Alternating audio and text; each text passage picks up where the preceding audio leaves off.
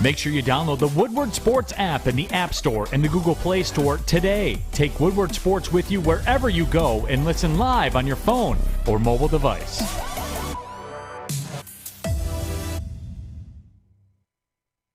And we are alive. Good morning, everybody. June 30th, the final day of the month. Terry Foster joining me this morning. Exciting. Just so everybody knows, Maddie not feeling well. She will miss the show, unfortunately, today. Stomach flu, or whatever the hell you want to call it. I don't know, where your stomach's all messed up and vomiting all night. It's kind of disgusting, honestly. Okay, TMI. Yeah, too much info. Poor thing. I apologize. So, Maddie, feel better. Please. There's another individual I hope feels better in the coming days, and I hope it's not true, to be honest with you. Kory's all decked out this morning. By the way, Kory came in balling today. Kory's got the cigar. It's a excited. beautiful day. I mean, I got my Birmingham roast. I got my stick. Yeah. Got the glasses. It's a beautiful day to be an EMU Eagle. Yeah. It's a beautiful day. Yeah, look, look, you went to Eastern. I totally get it. It's a big day for you guys. Emoni Bates going to Eastern. We'll get to that second hour of the show. We'll see if he lasts the season. We'll see if he lasts a game. But you know what? Hey, I have a realistic take on this whole thing. It's not going to be homerish. It's going to be just straight up to the point. That's how I know it's going to be BS. Because you got to justify it first. Let's start with the Miles Bridges news. Pistons were obviously heavily interested in Miles Bridges, Terry. Domestic violence charges.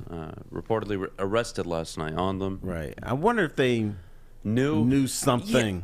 Kory, the way it works in the NFL, you typically know. I'm sure it's the same in the NBA. They at least had a character understanding of the crowd he hung out with, who he was with, what his attitude was like. They weren't throwing him the max, and I think the only way they were ever going to bring him here was for a $24, $23 million deal, which he probably wouldn't have ever accepted. But, man, he threw away a big bag. Well, I mean, let's be real.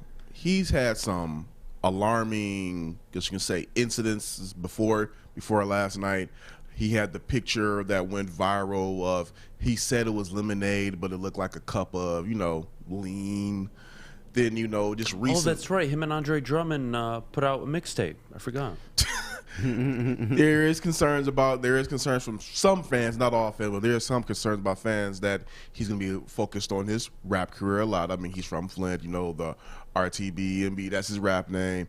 And then there's recently, I think one of his guys was when he was talking about if the Charlotte Hornets don't give them the max, they're going to be heading to the Pistons. But they only showed part of that caption. The other part of the caption was him and his boy talking about shrooms. So there has been a few alarming things about Miles Bridges coming up to last night. Now you're going to add this on top of it, domestic violence. Let's just be real. Today at 6 p.m. is when free agents can start negotiating their deals. That's the NBA moratorium period. He literally just fumbled the bag at the goal line. He threw an interception like Russell If fumbling Wilson. the bag was a person, it is Miles Bridges right now. I would stay in the bed for the 10 days prior to this, and so I don't get into any trouble. I'll do you one better, Adam. I'm not going to put too much information about the Woodward Sports pay structure, but there's a certain day of the month we get paid. I'll make sure nothing happens to me the couple of days before that. I'm like, all right, don't get in no trouble, don't get any arrested. Make sure I'm at home on time. Make sure I get to bed. But did you see what And I ain't getting paid what Miles Bridges is getting paid. You mean to tell me you fumble a potential 173 over 5 years potentially because I don't think you Charlotte want to be an idiot? Dude, did you see what Charlotte they tweeted out after he said that he might go to Detroit and start his rap career, and they said, Miles, if you want to rap, then go to Detroit. Like, see ya. Domestic violence is wrong to begin with, but I just don't understand being he was that arrested, right? He's arrested. So yeah. there's we don't know all. Don't the know anything yet, but you can't get yourself caught in that position. The day before, oh my God! I mean, look, there's, in my opinion, only one person dumber than Miles Bridges this morning. Hear me out. There's another guy dumber than Miles Bridges. Yeah, it's I me. want to hear this. I believe there is another person who plays basketball that is much dumber. I have an idea. Much dumber. Russell than Miles Westbrook? Bridges. And look, this is a guy, by the way. He's been very well paid in his career. Makes a damn good living. Good basketball player. Emoni Bates? No. It gets better. It gets better. This is a guy that enjoys a good time. Likes to spend most of his time at strip clubs. Does this guy happen to hang with Lil Baby a lot? Let's just say he kind of looks half African, half Afghani because of his beard. All right? Talking about James Harden here. Declined a $47 million option. Now, I don't know if you guys noticed what the hell happened, but there was like a freaking huge scene going on in the 76ers organization. Let me ask you a question. Yeah. When are you going to Hollywood to become an actor? I don't know. I got to consider it. Yeah. Hello? Hey, James. How are you doing? So, I am currently the Philadelphia Sixers GM, just so everybody understands the role play that's going on here. Hey, James. How you doing, buddy? Good, good. So, you picking up that option? We can't wait to have you back. Puts it on mute. This motherfucker. I cannot stand this guy. God bless us. Hopefully he declines his option, but we're going to be stuck paying him $47 million. Here we go. Another lost season. Yeah, James. Yeah, Jed. Oh, you're declining the option. Oh, I'm set. Oh, you want to be a team player? Okay. Okay. No. Well, I'll see you later today. All right. Bye-bye. James Harden did it. Now, what's wrong with being a team player? Fuck that. You don't decline $47 million. If I am the 76ers front office, you know what I do? I change the passcode on every single door in that building, and I make sure that dude never walks in my building again. You know what? There are some people that can play that game, you know, turning down money, being team friendly. I don't know if James Harden is that guy just off of what you've seen off of his entire postseason career. I mean, he's a great regular season bucket, but come playoff time, the guy just freezes. So Did you see Russell Westbrook's video that he posted after he signed? You won't break my. He started playing Beyonce. I would have too, because you know why? Regardless of what you want to say about Russell Westbrook's play, he's not an idiot. 47 mil. But I will say this: don't you think sometimes a dude will say, you know what? Privately, I am overrated. And I got paid too much the last 3 or 4 years. I don't think there's any good humor. So I can take a little less money this year. Oh God, no, man! You have to understand. For all the money he's made, he's probably thrown 33% of it on taxes, and another 33% on strippers, another 15% on alcohol. Guy needs all the money he can get. Now, obviously, I'm joking, but the point is, if I'm the Sixers, this changes everything. By the way. I mean, you have a big decision to make. Do I think they're going to win a championship around Joel Embiid? No. That's not the way the league is even working right now. You need a big in the playoffs. You don't need... Go ahead. I got a question. I'm just spitballing because I don't know their cap situation, honestly. So if it's wrong, people just tell me, hey, Kory, they don't have that kind of money. If possible... I think that Bradley Beal is going to go ahead and go back to the Wizards on that you get that 5-year max deal that he's going to be eligible for. But if you're the Sixers, would you just pick up the phone and give him a call now that James declined his option? No. This is tricky. Tobias Harris makes almost $40 million. Joel Embiid, $33. Those two combined account for 43% of the cap. Yeah. You bring back Harden, 75% of your cap is gone. I want to know what this team-friendly deal looks like. Is it instead of 47, it's 40? Instead of 47, it's 35 or 30? I'm surprised James Harden even did it. Yeah, I mean, now, is he doing it to maybe get a long-term extension? Maybe. I mean, it does and show he's maybe willing to do it at 3 years. Supposedly now, when he restructures, they can sign a guy for $10.5 million, the mid-level exception. So I don't know exactly what is new. Maybe I think I don't know if he had to do it right now or not. Who knows? Maybe All right, fellas, there's a stop period. It. Now, wait a minute. We're always clamoring for athletes to give back money to help the team.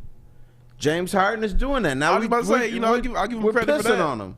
I'll give him credit for that. I'll give him credit for that. No, you're giving him no credit. I'm not giving him credit. Fuck that. No, he's not giving him credit. Winners should do whatever it takes.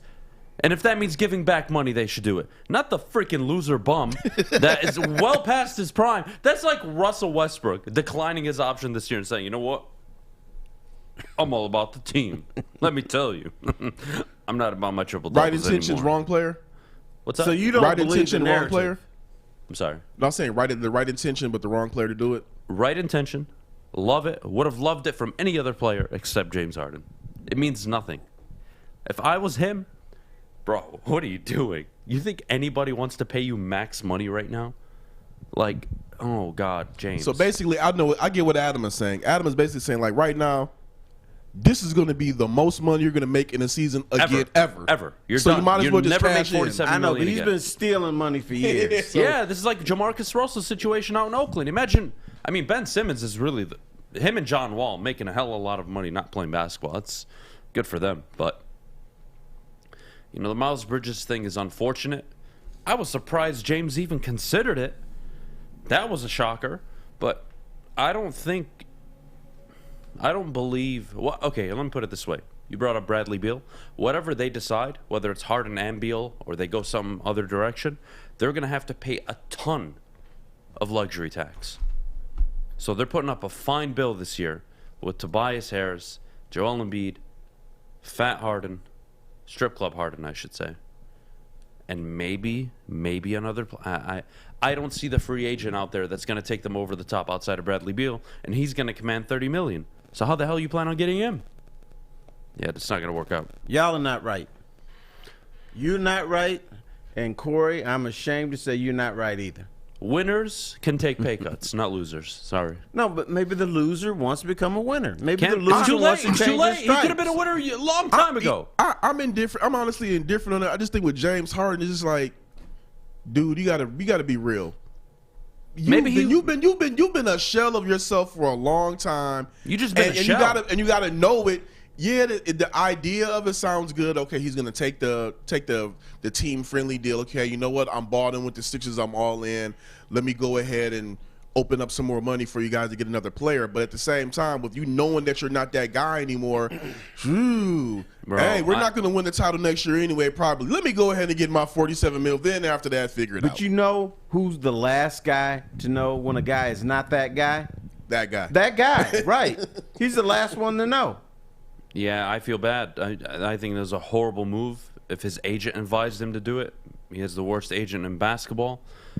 One, the move makes no sense financially, and two, who knows? Maybe he's going to go accept the league minimum and go play with LeBron James, Russell Westbrook, and Anthony Davis. Who knows? Not quite. Oh, man, what a disaster team that would be. I don't know, James. I don't know how you do that to yourself. We got to go to break. When we get back, somebody who I admire. Oh, you admire somebody. All right. I admire is this interesting. individual. This individual has been speaking the truth for the longest time now. This is a guy that's standing up for our American rights. And his name is Joel Zumaya. Joel Zumaya, if you ran for president, I just want you to know you would have my vote. Joel Zumaya further comments on Avila, and my goodness, I couldn't agree more with him. This is not about Austin Meadows and the Isaac Paredes trade. We're well done past it. This is not because Justin Verlander now has 10 wins and the first pitcher to get 10 wins on the season. No. Do you know who the American League Player of the Week was? Isaac Paredes. Yes. Correct? Yep. Damn. So we're going to head to break. When we get back, we are going to discuss Joel Zumaya's venting session and frustration, along with what is needed for the Tigers to finally move off of Al Bundy. We'll get to that in a bit, but before we do, Fish, nice to see you. The best defense Good morning, on and buddy. off the diamond. Guardian Alarm. Summertime is here, and that means spending a lot more time outside. Let Guardian Alarm give you peace of mind when you're outside enjoying the sunshine. Just call 1-800 Stay out! today, and you can rest easy knowing that you have 24/7 Avila, get protection. the hell out, you fat ass! You can call 1-800 Stay Out, Adham, get the hell out. Let them know Woodward Sports sent you. Hi, my diamonds. It's Crystal with an X. You want to get hot and perfect like me? Here's my super easy routine. Drink at least a gallon of water before you wake up. Attach a weight to everything in your house. Sell your car and just sprint everywhere. Scream when you exhale. Don't follow Crystal with an X. Do your own thing at Planet Fitness with tons of equipment and free fitness training in our clean and spacious clubs. Join now for just $10 a month and cancel anytime. It's a great day to get some Centron in your life. Okay. There it is. Centron, here we go. Gotta grab the cranberry. Oh wait, it's 2 for $4. Gotta double up with the classic as well. Centron World, baby. Centron, available at select Krogers, and if you want to know how, go to @CentronWorld.com. You can get dope like me. You know what? Why wait?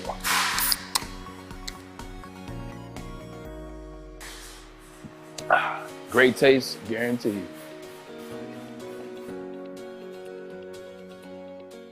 You have an opinion? Make sure it's seen and heard. Corner, jumper, tweet us, hop on the YouTube chat, slide in the DMS at Woodward Sports on all social media.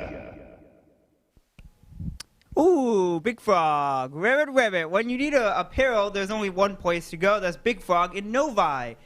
With no setup minimum fees. Minimum fees. 24-hour turnaround. You have your whole team. This guy is incredible. In no time. Embroidery direct to your garment, vinyl, and screen printing. Big Frog has you covered. Visit bigfrog.com/Novi. Call 844-4 Big Frog. That's bigfrog.com in Novi. All right, we're back here on the Morning Woodward Show. Owen is having a heart attack. It's all good. You know why he's having a heart attack? Why? Because you're a screw-up. Look, by the way, who puts their backpack there, by the way? Kory. I mean, totally did. Unprofessional. Uncle Festus. Oh, God, this is fun. We are at an absolute disaster without Maddie here. Joel Zumaya in the news again. He was part of the 2006 team, right? Yeah. He was a big part of the evolution from 06 all the way to even 2011. And he lied about hurting his arm. Yeah, who cares? I'd rather have a liar running this organization at this point than this guy. Than a fat ass. Than a fat ass who doesn't know what he's doing. It drives me nuts, Terry. It drives me nuts. Joel Zumaya is speaking for the people. And look, again, if he was running for president, he would have my vote.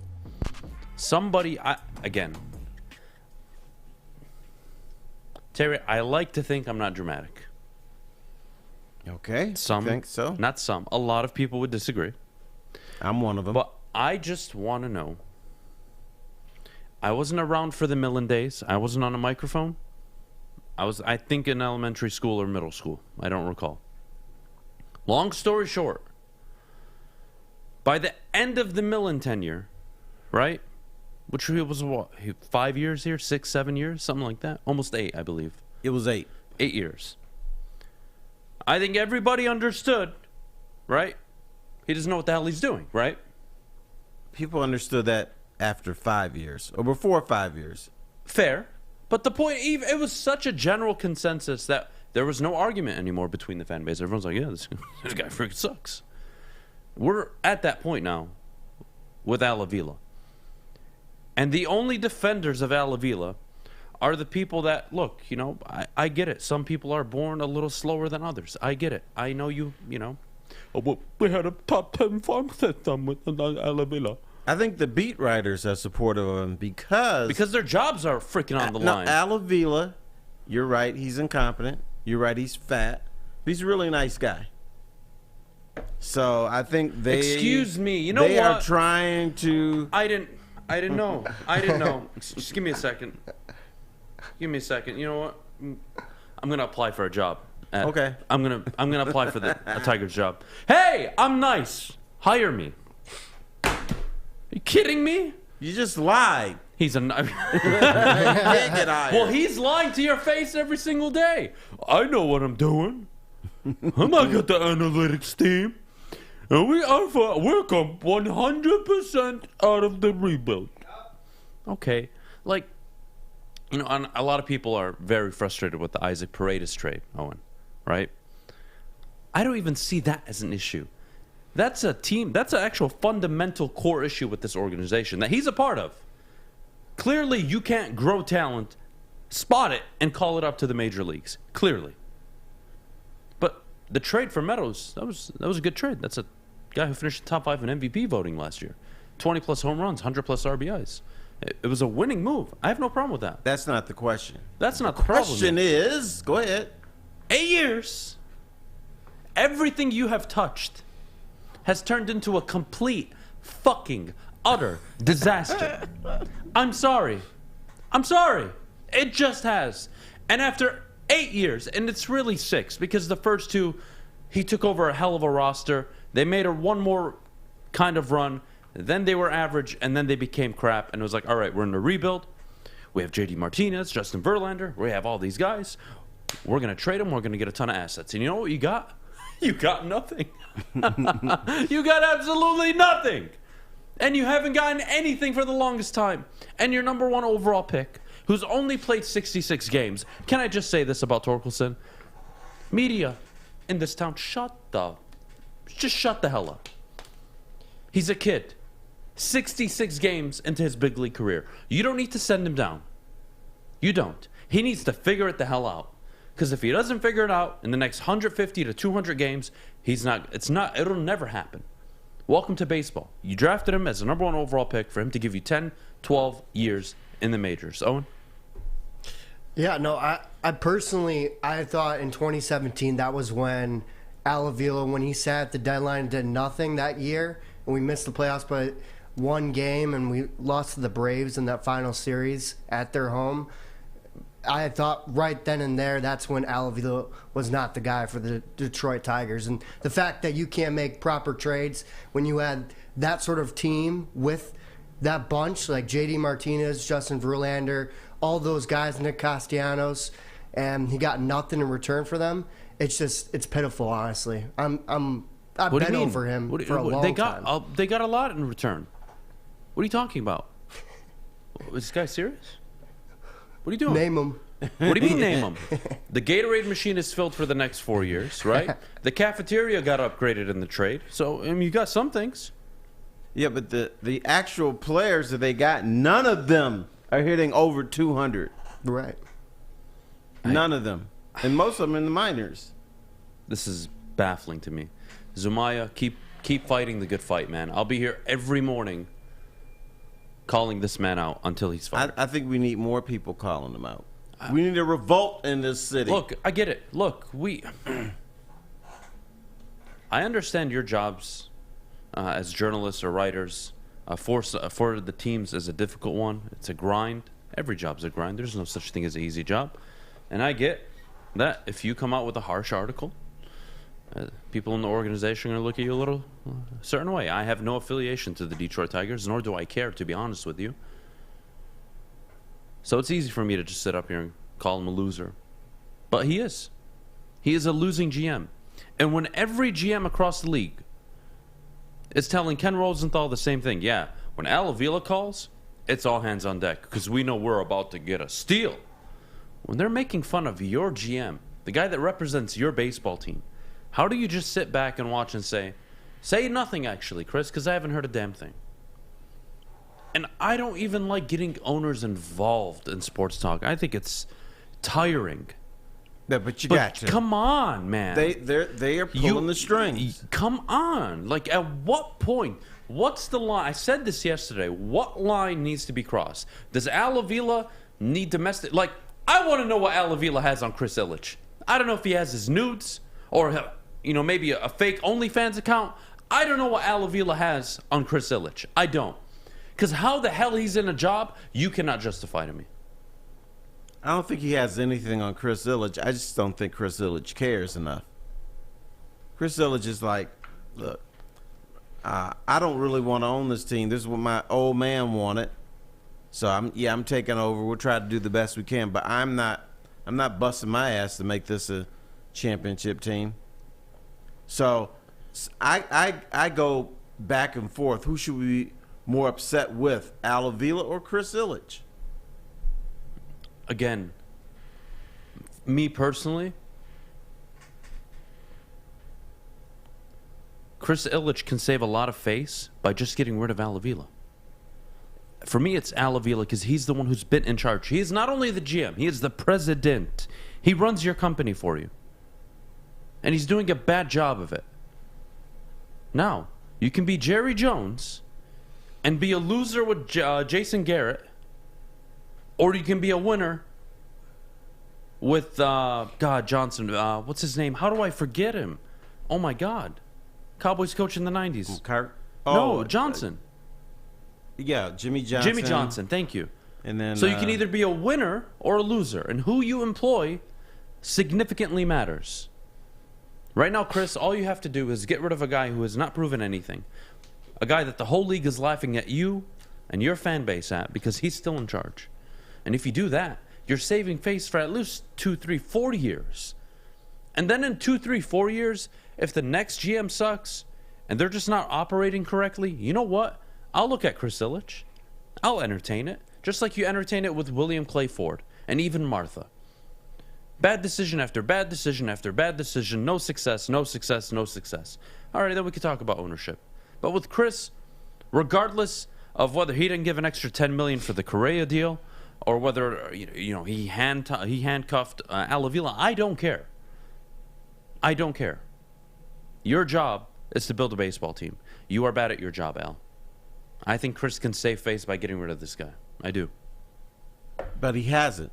There's been no movement from his part. So, my take on it is he doesn't care. He's got his little baseball team that he really doesn't want to own. So he's just going through the motions. If he cared, he would make a move. If he cared, he would shake things up. What's the definition of caring about a team? You don't even care enough to get District Detroit done. So how the hell are you supposed to build a contender for the Tigers? Honestly. But see, I think you should. The District Detroit thing has been a disaster. But if I am an owner of that team, I'll let District Detroit go to hell before I let the Tigers go to hell. Because that's what people care about. That ballpark means something. That English D means something. And right now, it's pathetic. And again, if I told you AJ Hinch wasn't your manager last season, how many wins did we project? Probably 50. This season without AJ Hinch, what are you projecting? Probably 50, 55, maybe 60 wins? You're losing 100 games every year. Oh, but you have a guy that actually knows what he's doing and is working with a bunch of potatoes, basically. Because Al Avila, to make an omelet, you need eggs, vegetables. If you like meat in your omelet, grab the meats. All fresh, high-grade stuff. And the cheese, right? Yes, Can't sir. forget the cheese. Gotta cut the cheese. Al Avila's way of making an omelet, he doesn't even get the goddamn eggs. He just gets a bunch of potatoes, dices them up, gets the bacon, potatoes and bacon, and then he serves it to you and he tells you that's an omelet. No, he gives you the egg and white everybody omelet. agrees that's just potatoes and bacon. But Al Avila, he's smarter than all of us. No, man, that's a goddamn omelet. Enjoy. That's enough Al Avila for today. I'm sorry, guys. Thank you. I apologize. I get very frustrated. When I get very frustrated, I tend to You know what talk. I put on the show sheet today? I did. Adam talks about Al Avila for the, 67th time? Yeah, he something like calls that? Al Avila fat for the 67th consecutive show. Yep.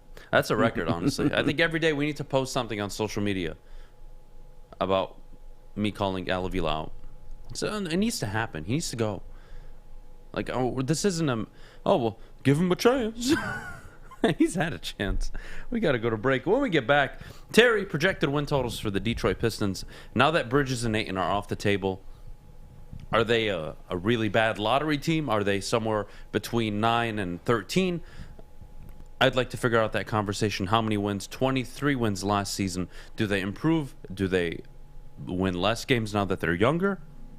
We'll see. But before we do, Fish, could you tell everybody what's going on over at Big Boy? Big Boy! The buffets are back at Big Boy at participating locations every weekend from 8 a.m. to 2 p.m. I know Maz loves his buffets. Don't forget to try the classics like Slim Jim, Dolly Chicken Sandwich, and of course the original Big Boy Sandwich. From your nearest location at bigboy.com today. Fellas, let's be honest. We like things to be easy. We like simple stuff, like sports 7 days a week. We like things uncomplicated, like Lady Jane's Haircuts for Men. Open 10 to 8, 7 days a week. Walk in anytime. Sign in, sit down, watch your favorite team play, and before you know it, your hair will be game ready. Open 10 to 8, 7 days a week. Walk in anytime. Lady Jane's Haircuts for Men. It's wicked awesome. 3 NBA championships. Detroit fans were there. 11 Stanley Cups. Detroit fans were there. 4 World Series wins. Detroit fans were there. And that one Lions playoff win in 1991, yeah, Detroit fans were there. Woodward Sports, where the fans are. You have an opinion? Make sure it's seen and heard. Corner, jumper, Tweet us, hop on the YouTube chat, slide in the DMS at Woodward Sports on all social media. Welcome back to the Woodward Sports Network morning show. Fuck yeah. Okay, that's unprofessional and uncalled for. Jeez, OP. Terry, I am the definition of unprofessional. You know and what? uncalled for. We need to rename this show Romper Room.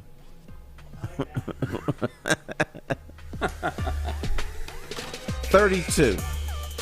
That's what I'm saying. Pistons should win 32 games next year. 32? 9 32. games more than they did last season. Yes. I think that's fair. I'd say between 30 and 33. See, I thought you would say, see, they won 23 games last year, 24 this year. That'd be a great step. Okay, so let me kind of clarify yesterday. Because Yeah, I really think I didn't do a good enough job explaining. Yeah, I think sometimes we take you down a dark alley and you don't know how to get out. Yeah. Now get out of the dark alley. So, your lineup this season, and this is me projecting without any free agents coming in, your core 5, the 5 that'll play 28-plus minutes a night, I believe will be Cade Cunningham, Saddiq Bey, Jaden Ivey, Marvin Bagley. I believe they will sign him. That's going to happen. And then a mix of Stewart, Noel, and Duran. I'm still not sure how that's going to work. But you know what name you took out of that? That's no longer in there?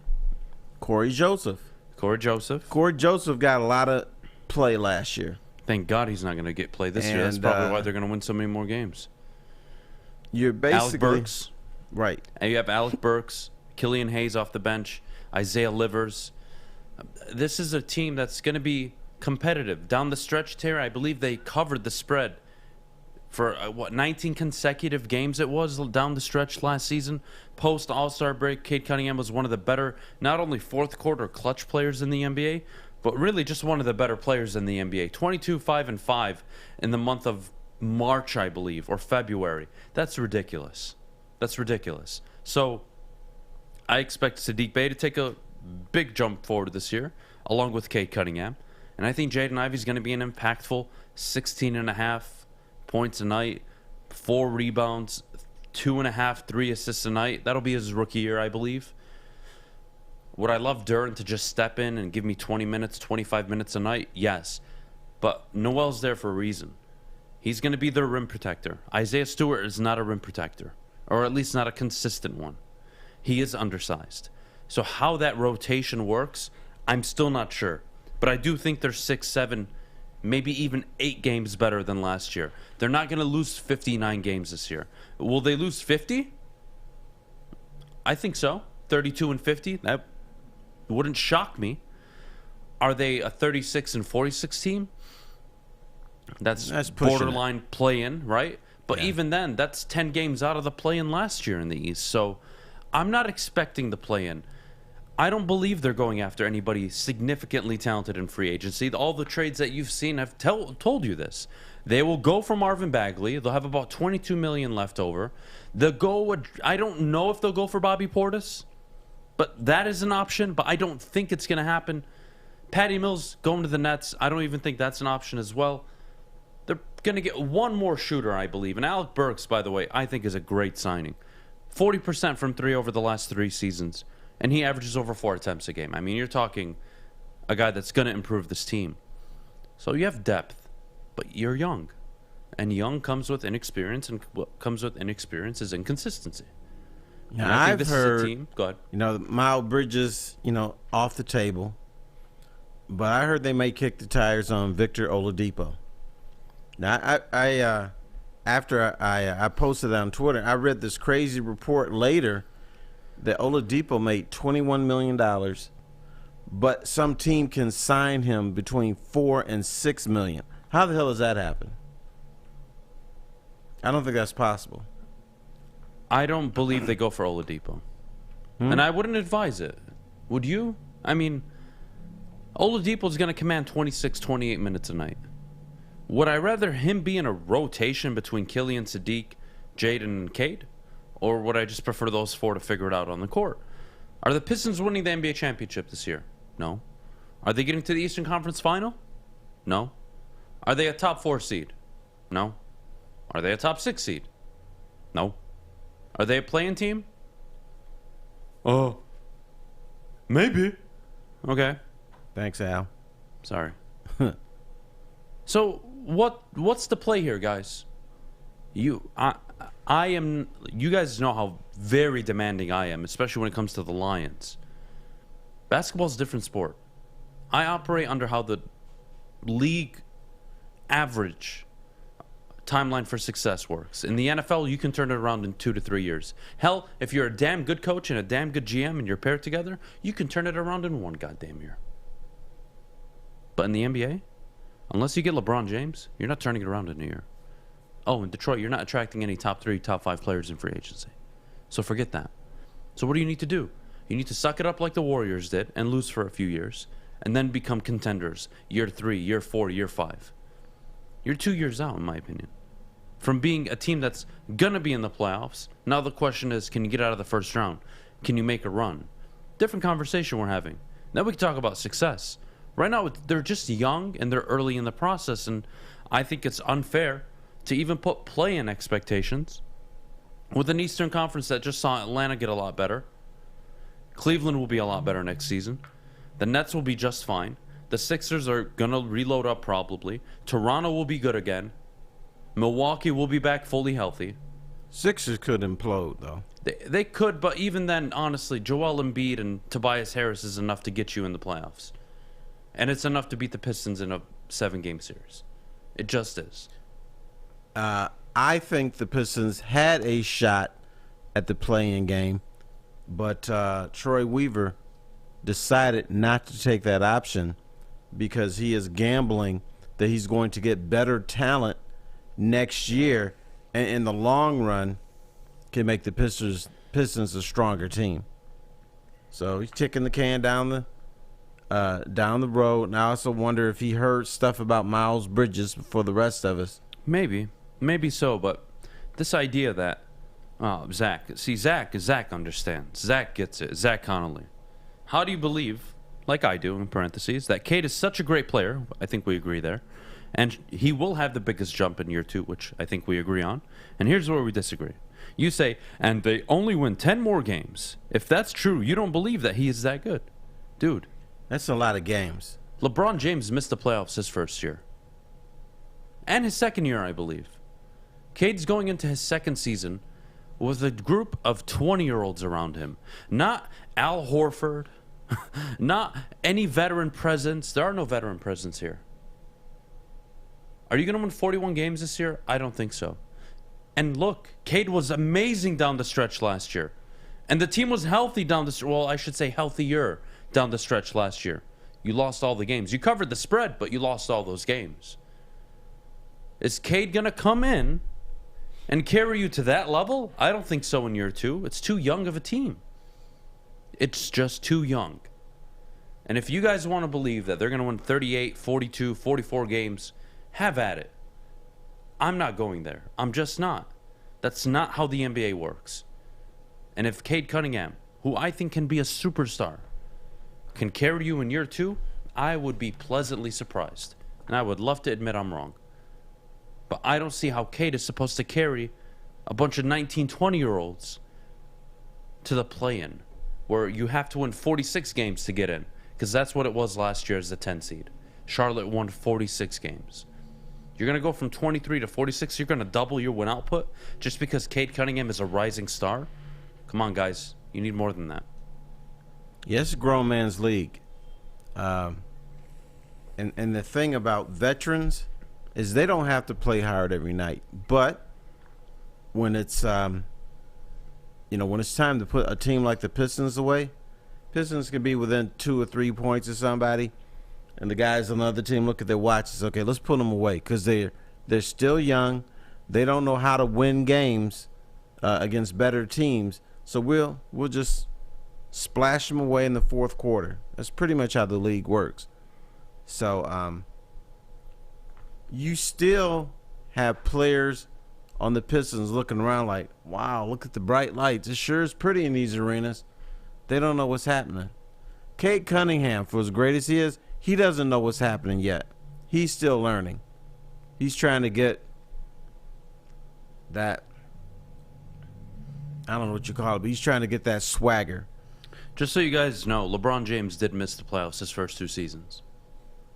They were 35-47 his first year, then 42-40. Steph Curry missed the playoffs his first 2 seasons. Stop it. Do me a favor. Shut up. Know what I'm talking about. In the NBA, you don't become a championship contender, typically, if you look at all the teams across the board that draft their teams until year 6, 7, or 8. You're in year 2, guys. Chill out. You're in year 2. Relax. Isaiah Thomas and the Pistons. You know when they won their first championship? In Isaiah's 7th season. Mm-hmm. And guess what? Year 6, they almost broke that team up. They gave up. They parted ways with Dantley after that finals loss, correct? Yeah. Because there was friction on the team. Chuck Daly wanted more ball movement, and he wanted Dennis Rodman to play more, and Adrian Dantley wasn't having it. So they had their big argument in Boston. 2 weeks later, Dantley was gone. You got to make moves sometimes. And I'm sorry, Troy Weaver, I think, has done a very good job so far in this rebuild. 3 years ago, guys. 3 years ago. Svi, Siku, Andre Drummond. That was your poster lineup. Look what you got now. You're on the right track, Detroit. Relax. You'll win 30 to 34 games. Great. 35 games. What about cool. 32? 32's fine. I don't care. You will improve this year in the win total. I believe that. But you will not be 23 games better. You just won't be. It's a tough sell for me. With the team you have right now, with Marvin Bagley, it's not enough. 34 wins got the play-in the West. Well, I have breaking news for you, man. The Pistons, I'll say it slow, because, sometimes it's hard to understand, I know.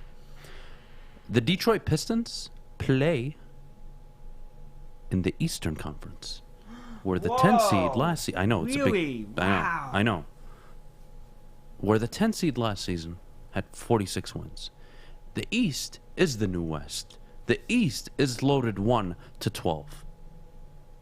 That's the Eastern Conference and what it is now. It's young, it has stars, and in the West, you're top 5 heavy, I would say. You're not making it with 34 for 35 wins in the play-in this season. What's the problem?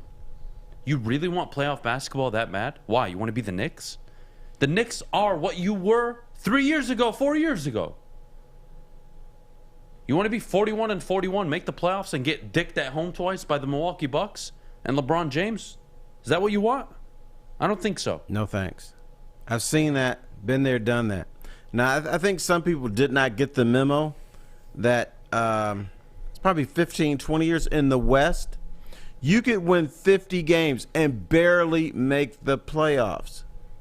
It's switched now. The East is the new West, which is shocking. But hey, good. But they said that was going to happen one day. Slowly, things shift. Took 40 years, but it's happened. Right. We'll come back, and we will discuss why perspective matters. I think you guys really need to take a big step back, all you Detroit Pistons fans. Because there's a team in the Eastern Conference right now that is where you were before Troy Weaver showed up. And I really want you to understand what's going on, compare and contrast, and understand why you have it so much better than a lot of these teams this year that'll win 38, 41, 44 games. We'll get to that in a bit. But before we do, I got to tell you about MyBookie. Sign up for MyBookie today using promo code Woodward. If you haven't already, bet from anywhere, anytime. Again, using MyBookie. If you do struggle with a gambling problem, call 1-800-270-7117.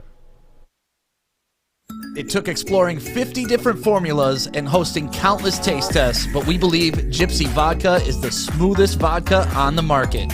Don't believe us? Ask the owners. We're Mike and Adam Kazanowski with High Five Spirits Distillery. We're in close to about 1,200 locations throughout Michigan. We wanted to create a brand that was geared more towards freedom, love, adventure, and at the end of the day, we really wanted to tell a story that inspired other people to take risks, follow their dreams, whatever that might be. New to the game or a season better? OddsTrader.com has everything you need to make the right bet ahead of kickoff. Begin your handicapping journey with OddsTrader. Improve your edge by finding the best price on every game from sportsbooks in your backyard. Take advantage of the numerous sign-up bonus offers to pad your bankroll.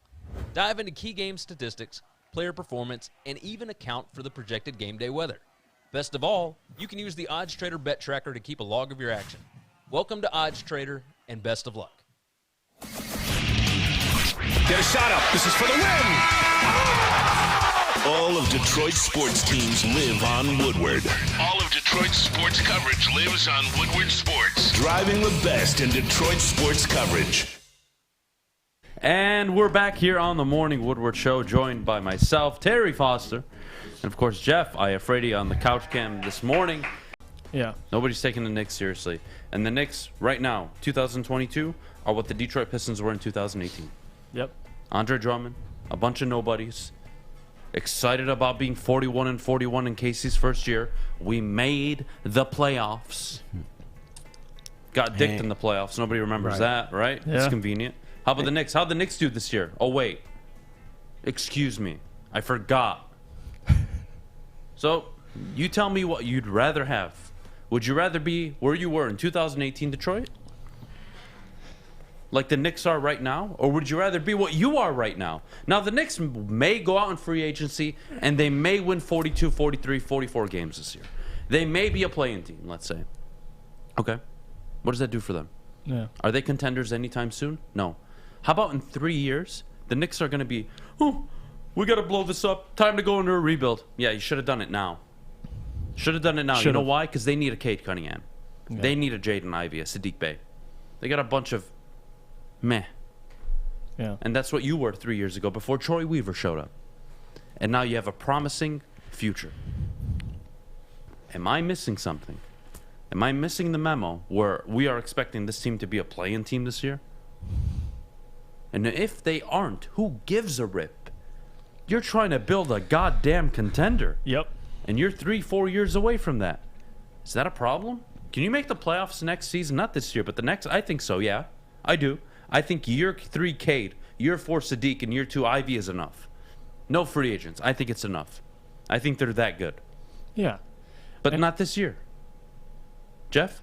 No, yeah, and I agree with you. I think the Knicks, though, they're an interesting situation because you got to look at New York as a market and their fan base. The New York Knicks have only won more than 42 games once the last 20 years. They've won 50 one year with Carmelo Anthony, I believe is 2012, when they went to the semifinals. Other than that, they haven't cleared 42 wins. They're settling for mediocrity. And that has a lot to do with the city, too. Like, they expect to at least be contending, not contending for a championship, but contending to make the playoffs every single year. And this is why I applaud Troy Weaver, because when they drafted R.J. Barrett, they jumped the rebuild. They tried to trade and take up their cap space way too quickly. That's kind of like what the Pistons were looking to do with Miles Bridges this year. Go and settle for mediocrity. But the Knicks did that. They should have been back into the lottery to take another lottery pick after R.J. Barrett. You have Evan Fournier. I mean, I like Quickly. He's a pretty good player. But besides that, Julius Randle, it ain't looking too good. So with the Knicks, though, I think it has to do with the city. The fans in New York, it's funny because the Pistons, we have championship DNA. We've won championship. The Knicks have never done it, and they just would rather, I guess, sneak into the playoffs and get bounced. The Knicks won the championship. They've won 2 titles. The Pistons have won 3. Yeah, we have more chips than the Knicks, so the Knicks can suck on that one. Yeah, first when they win the title, like it's been forever. Yeah. Since the year 2000, yeah. They've only won 50 games once. It's depressing. They were competitive for one season, where people looked at them legitimately. That was with Melo, And ever since, it's been awful or mediocre. Detroit, you either want to be awful or a contender. You've been awful the last few years. I think this team will be a contender in a few years. Right. I think 4 years. Hell, maybe even 5. I'm willing to be patient. Not because, well, Adam, you're not demanding enough. No. Go look at the Warriors and how they built. Go look at that. They missed the playoffs Steph's first 3-4 seasons. Yep. And then go see that in year 8, when they brought in the right coach, that core all clicked. And then they won a championship. And then they became a dynasty for obvious reasons. Kevin Durant, I mean, that's not going to happen here. But the point is, Jaden Ivey's a star. Cade ended up being a star. Hell, let's say they're both superstars. You don't need to do anything in free agency. Just get veterans. And you have a championship contender for the next 8 to 10 years, a few years from now. So you have a big championship window coming up, but you're not there yet. Yeah. So would you rather be the Knicks this morning or the Pistons? I would rather be Oklahoma City than the Knicks. I was going to say, you ask me any situation, would you rather be X or the Knicks? I'm choosing X every single time. It does not matter. The Knicks, man, it's... go around the East. It's not just the Knicks. The Heat are always going to be good because they're a free agent destination, right? You can't change that. And they're always going to be relevant. Yeah. Spo, Pat Riley. Yeah, they're run like a professional organization. Would you rather be the Knicks or the Pacers? I'd rather be the Pacers. Yeah. Hell, forget the Knicks now. Would you rather be Detroit or Orlando? Detroit. Would you rather be Detroit or Indiana? Detroit. Would you rather be Detroit or Washington? I'll take the field. New York. Detroit, yeah. Cleveland. Atlanta. Brooklyn. I would rather be the Pistons right now than the Brooklyn Nets. Because I know I'm not winning a championship just with Kyrie and Kevin Durant. Mm-hmm. Ben Simmons, we're a big three. Can't wait till we're on the court together. Bro, you haven't played a goddamn game. Shut the hell up. Kidding me? Yeah. Now, the Hawks situation just got a lot better yesterday. DeJounte Murray, that was a great trade. Mm-hmm. Cleveland, I think, is going to be a problem in a few years, just like the Pistons are going to be a problem. Now, they're more advanced in their growth stage, but that's what the next few years are for with the Detroit Pistons. So there's maybe only 3 teams in the Eastern Conference right now that you would rather have, maybe, over what the Pistons have going for them. So why can't... What's wrong with waiting 3-4 years to see it pay dividends? Yeah, patience. I think good general managers have patience. That's what separates them. And with Leon Rose and the Knicks, they don't have patience. They've never had patience. So that's what led them. Even the Lakers, to a certain extent, like they lack patience as well, trading everybody, their entire farm for Anthony Davis, and they got him a championship. But regardless, I think the Warriors, and the most impressive thing to me is they won a championship, then they signed Kevin Durant. They didn't go out beforehand and sign a big-time free agent. They traded for Iguodala, but they stayed the course. And I think the Pistons should do the exact same thing. You don't need to go sign, a Miles Bridges yet or a DeAndre Ayton yet. You can wait. This team, like you said, is only going to win, maybe 30 games this year. So those guys aren't going to move the needle. Stay the course. Stay flexible. And Troy, there'll be a time for those moves. There will be. Wyatt, I'd rather be the Nets and the Hawks. Would you, Wyatt? Would you not? Would you rather be Brooklyn? Huh? Deal with a guy that doesn't believe the earth is... Yeah, I'd rather be the Hawks. He believes the earth is flat. And by the way, he doesn't play basketball. I would rather be the Hawks. You have Kevin Durant, who has proven in his career he can't be the alpha leader. Not the alpha player. He is one of the best players in the game. Right. He hasn't proven he can take a team and take it somewhere. Granted, I do believe they don't win those chips without KD and Golden State. I think LeBron wins one of those series. Yeah. If Golden State play Cleveland twice without KD. Having said that, Kevin Durant's a bad dude. But Brooklyn doesn't have first-round picks for the next 5 years. Mm-hmm. You would really rather be Brooklyn just for maybe 1 year where you have a championship window? Yeah, I'm not doing that. That's not what you're building. I'm not convinced they have that championship window. The talent is there, but the basketball IQ is not. Right. The cohesion is not. I just don't buy Brooklyn. And every year, Brooklyn, well, watch out. And then they fall flat on their face. And that's the problem with Brooklyn. It's not the players. Yeah, Kevin Durant, one of the best players. Kyrie, one of the best point guards. It's the unpredictability. I don't know. I mean, would you guys be surprised if Kyrie just retired? Like, I wouldn't be surprised randomly if he just retired. Like, you can't predict Kyrie and if KD. If Kyrie worked at the New York Zoo, I wouldn't be surprised. That's a terrible situation. And I get, KD's foot was on the line to beat the Bucks years ago, but this isn't then. Like, this is now, and it's a disaster, man. You know what's going to happen? Kyrie is one day, not this year, but he's just gonna walk away. He won't even tell the Nets. Yeah, and I left. can see that. They'd be like, yeah, we expect him in training camp. He'll be here, and then he don't show up. And then you got Steve Nash. That's the way it's going to end. Then you got Steve Nash, a head coach. He's unproven. I don't know what I'm expecting out of Steve Nash. So, yeah, I'd rather be the Hawks. At least I know I have franchise players that are going to be here for a while. So, yeah, but again, if I'm honest, yeah, right, and yes, I live in the city, born here. I'm biased to Detroit. Yes, okay, fine. But honestly, Trae Young and DeJounte Murray for the next 2-3 years, okay, fine, I'd take that. But 2-3 years from now, I might have a 6-7 year championship window. Right. Because Cade is a rising superstar. He has that kind of potential. Ivy will know after the season, but I think he has star potential at least. Right. I mean, you've got something here in Detroit. It's tough for anybody to convince me they wouldn't swap situations, knowing that in the long term, meaning 3-4 years from now, everyone's going to be looking at Detroit as one of the contenders in the East. That's something, man. Yeah. And I'm going to go out and say it. I think Troy Weaver, when it's all said and done, Troy Weaver will be one of the best GMs in Detroit basketball history, period. If he can just get playoff success and hopefully contend for a title, he'll go down. No doubt about it. His first 3 seasons here, it's ridiculous, man, what he's been able to do. It's more impressive than the Knicks, their entire tenure, their entire franchise history. So give it up to Troy Weaver. Absolutely. Terry? Yes, sir. I think we've kind of put everything out on the table, at least perspective-wise, why you should believe in the project. Maybe it's early, but Troy's got to get the head coach right eventually. Yep. I don't think it's Casey, but I think it's Casey now. I think it's Casey now, this year, and maybe even next year. Is it a Mark Jackson, Steve Kerr situation? No, because Steve Kerr walked into a team that was a playoff team. I think the guy that's walking in next year or the year after is walking into a team that's trying to get out of the first round, right? Not trying to make a Western Conference final, or in this case, an Eastern Conference final. Terry, how much longer of Dwayne Casey do we have? And do you think he can be the guy? Granted, he's been the 1 seed before multiple times with Toronto. Well, there's 2 questions. Can he be the guy? Will he be the guy? Can he be the guy? Yes. Will he be the guy? No. I think he's here to develop this team. He's here to put the team at a certain level, and then the next guy takes over. It's not exactly like Rick Carlisle, because I think Rick Carlisle could have stayed here and won a championship with the Pistons, but yeah, Joe Dumars didn't agree with that, so he got in Larry Brown, who you definitely knew was going to take them to the promised land. So I don't know who the next guy is. It's not going to be Dwayne Casey. He's the developer. He's the setup guy. The finisher will come in, I'm going to say 3 years.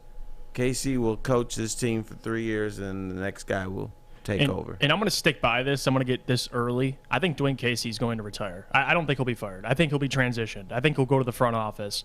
I can see that happening as well. I mean, he's almost 70 years old. I don't see him coaching. Even if he gets fired or released from the Pistons, he's not going to re-coach again. So I'm just going to stand by that. I'm staying early. So I think there'll be a transition. You give that period. Man some respect. Yeah. Give him a front office job. He's been nothing but a stand-up guy. Yeah, absolutely. All right, Jeff. Well, thank you so much for joining us. Ladies and gentlemen, if you haven't already, check out Jeff and his podcast with Sean Murphy from Half Court. Also, check out the Jeff and Gentry show. That's a fun one with Michael Gentry out in the back. Jeff putting in a lot of work. My boy. My boy. Appreciate you, Jeff. Guy. We'll be back top of the hour coming up. But before we do, I got to tell you about the official studio sponsor of the Woodward Sports Network, and that's Planet Fitness. For $0 down, $10 a month, you can start changing your life, both mentally and physically. Get to Planet Fitness for all your fitness needs. A judgment-free zone. Your fitness is essential. $0 down, $10 a month. Visit planetfitness.com or one of their many Metro Detroit locations. 6 dark corners, a driveway and a patio, 5 windows that could become doors. Every house has unique security challenges. Guardian Alarm has more tech, more team, and more ways to help keep them all safe. Get a professionally designed and installed security and smart home system from Guardian Alarm. Sign up today and get a free video device. Guardian Alarm. Smart, right from the start. Call 1-800-STAY-OUT. When you need apparel, there's only one place to go. Big Frog in Novi. With no setup fees, no artwork fees, no minimum, and a 24-hour turnaround, you can have your whole team outfitted in no time. Embroidery, direct-to-garment, vinyl, and screen printing, Big Frog has it all in all the styles you want. So whether it's a sports team, fundraiser, school event, or corporate needs, Big Frog is your one-stop destination. Visit bigfrog.com/Novi or call 844-4-BIG-FROG. Make sure you're listening to Woodward Sports all day long. Start your morning with the Morning Woodward Show. Spend middays with Big D Energy. Watch and listen your drive home with the bottom line. And don't forget about Woodward Bets daily. All live. All right here on the Woodward Sports Network. Oh boy, it's time for Alta, everybody. At Alta, uptime matters. Alta Equipment has everything you need to get the project done. Have a big project coming up? Maybe you should call Alta. Alta Rent has you covered. Call them today. 844-GO-TO-ALTA. That is 844-GO-TO-ALTA today. All right, we are back here on the Morning Woodward Show. Top of the hour, brought to you by Bedrock Detroit. Controversy at the Woodward Sports Network yesterday. Terry. Yes, sir. You know, we love everybody here. We do. We're all pals. No, we're all pals. We're all we pals. hug each other. We don't have to love what we say all the time, but yesterday, Ryan Ermanni, Mr. Michigan man himself, and you know what? At least he'll admit it. He's a hell of a Michigan blue guy. Yeah, he right? does admit it. I'll give him credit. We find ourselves in an awkward situation. He was upset that Michigan was voted, I believe, as the 7th most sensitive fan base, and Michigan State wasn't on there. I'll just say this, and then I'll throw it to you, Terry, and I'd like Owen's thoughts on this as well. Okay. Michigan, in my opinion, is an amazing college athletics school. Fantastic. One of the best in the country. At everything, Amen. not just football. Their fan base, especially their football fan base, it's really football, is at times insufferable to deal with. Last season when they lost to Michigan State, Harbaugh out, which was beyond me at the time. Harbaugh out, season's over, we're done. And I'm sitting here with Jeff talking, I'm like, dude, they can easily win every game right now leading up to Ohio State. And the Ohio State game's at home. And if there was ever a year, it was the year that Ohio State had already lost to Oregon in the regular season and had shown that they can be beat. And that they struggle at times on defense, especially at the line of scrimmage, which is where Michigan was strong. And, of course, the season goes on and they start winning. They beat Penn State and they get to the Ohio State game and they win. And everybody kumbaya. And then you go into the Georgia game and there's confidence, which I believe there should have been. I think there should have been confidence going into that game. They looked really good. But Georgia's a different breed. They get smacked by Georgia.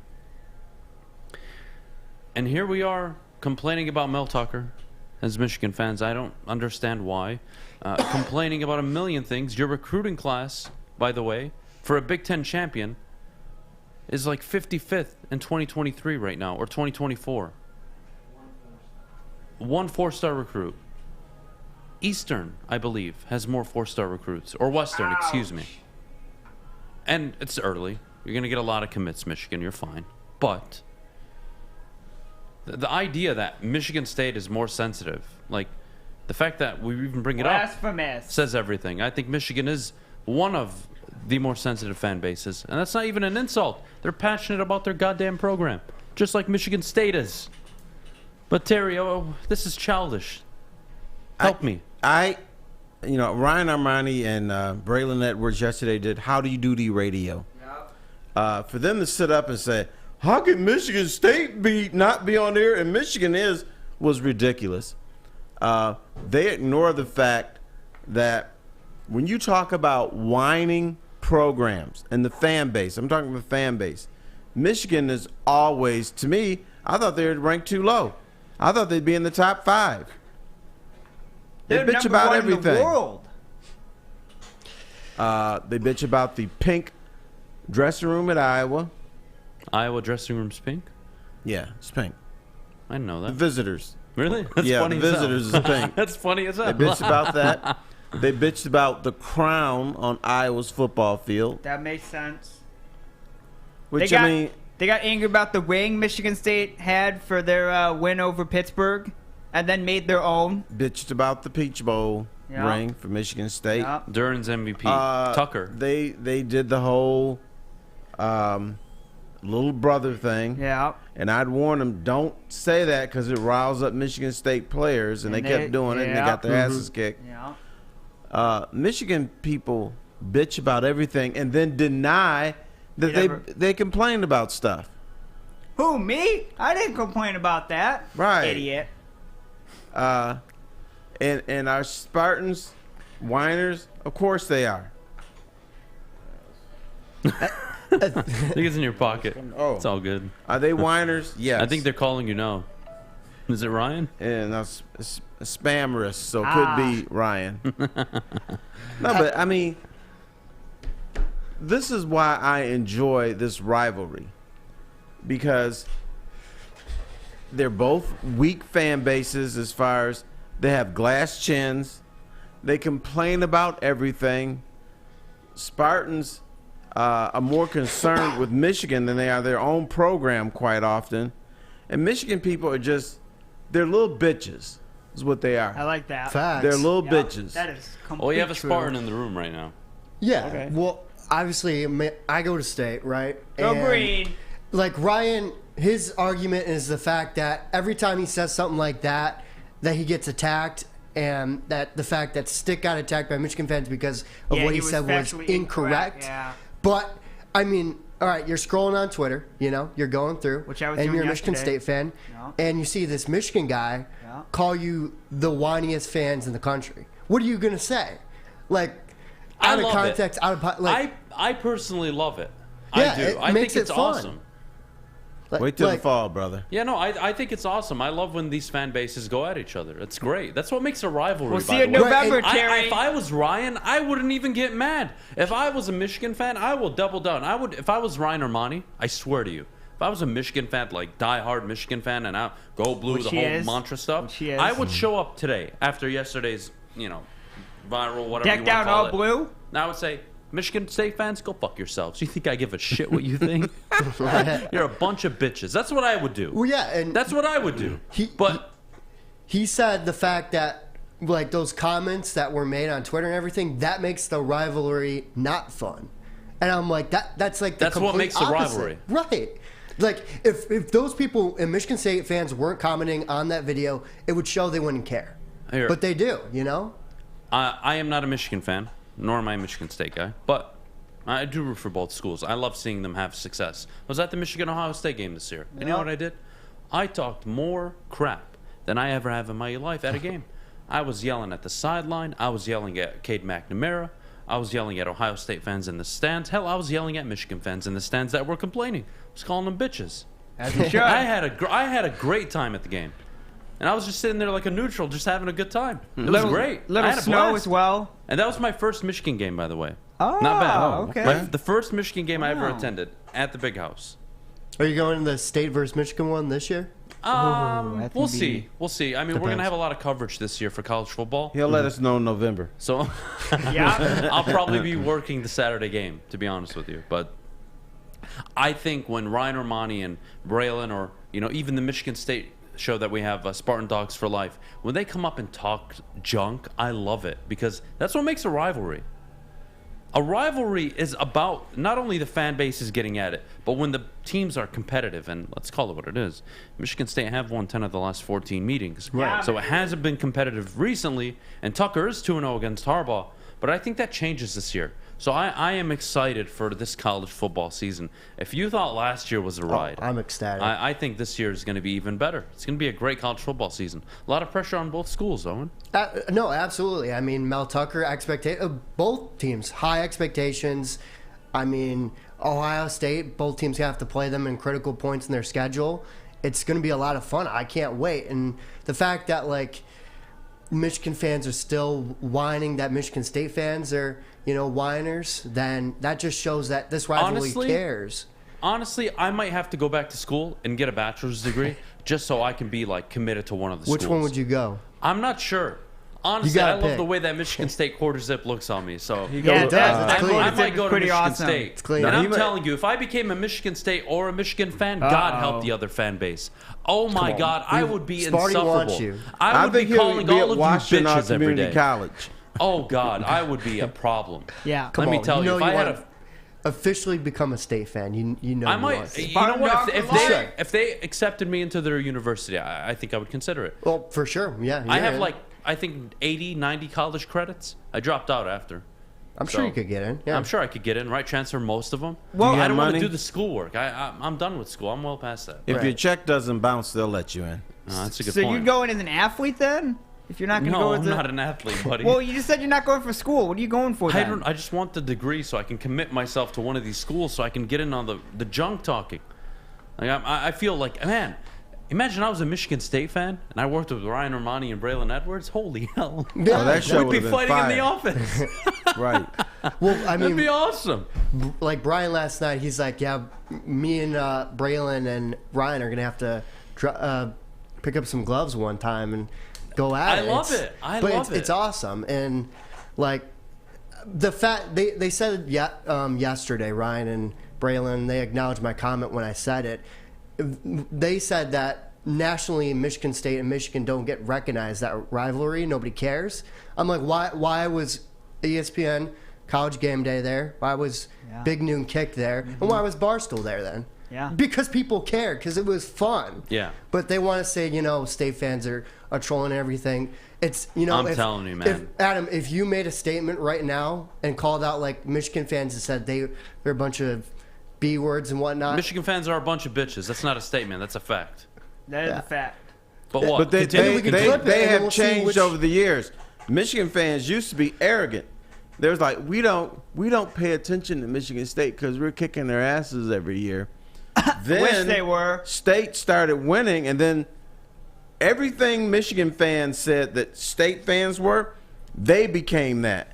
They became the whiners. very They true. became obsessed with Michigan State too.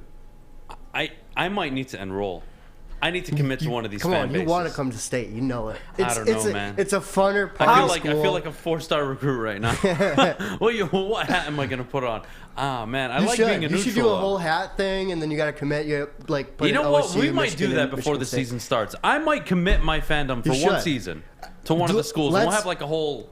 How about we have a debate? Like we'll have a State fan, like me, and then maybe Spencer on a team, and then we'll have like Ryan and Ermanni, and Braylon. and we each try to convince You you. have to convince me to commit to your school? Yeah. Yeah, I like that. I love that idea. Recruit them. You know what? Do it prime time. I am officially announcing I am decommitting from the Woodward Sports Network. Oh boy.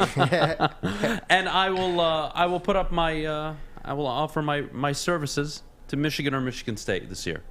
One of which will have to convince me why I should go to their school and support their school. Now, I do want you guys to understand what that entails. I will be totally biased this year. I will be insufferable to your fan base That's or fine the with me. opposing fan base. You know what? That's fine. And you know what this asshole's gonna do? He'll decommit. he'll commit to somebody and say, I get the NIL money from like Clemson or something.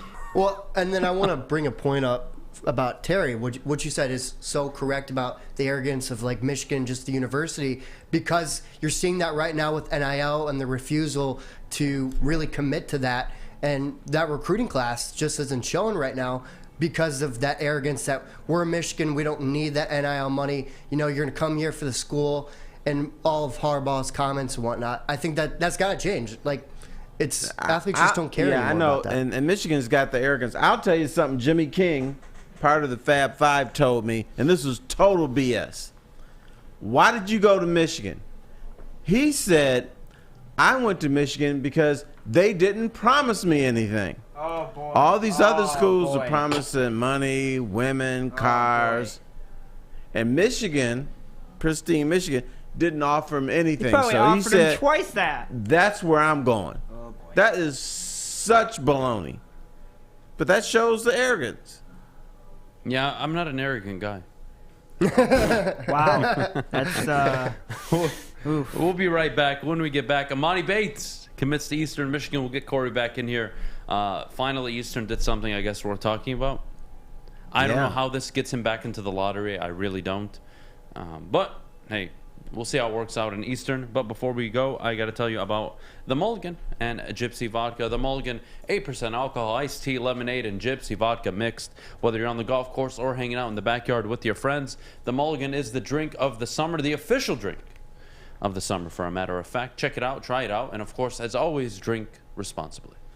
Life is full of hard choices. We're here to make one of life's biggest decisions as simple as possible. My name is Christina Gennari, and for over 20 years, I've helped hundreds of families buy and sell homes. We cover all of Metro Detroit and more, from large luxury homes to starter homes. We will work hard to make sure that you get the home of your dreams. So if you're in the market today or even thinking about buying or selling in the future, make the obvious choice. Christina Gennari, the obvious choice in real estate. Visit us at soldchristina.com today. You don't have to go to the beach, man.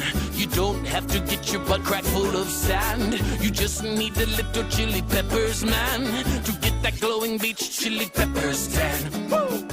With 26 locations in the Metro Detroit area and more coming, Chili Peppers Tanning is where you'll find the cleanest salons in the D.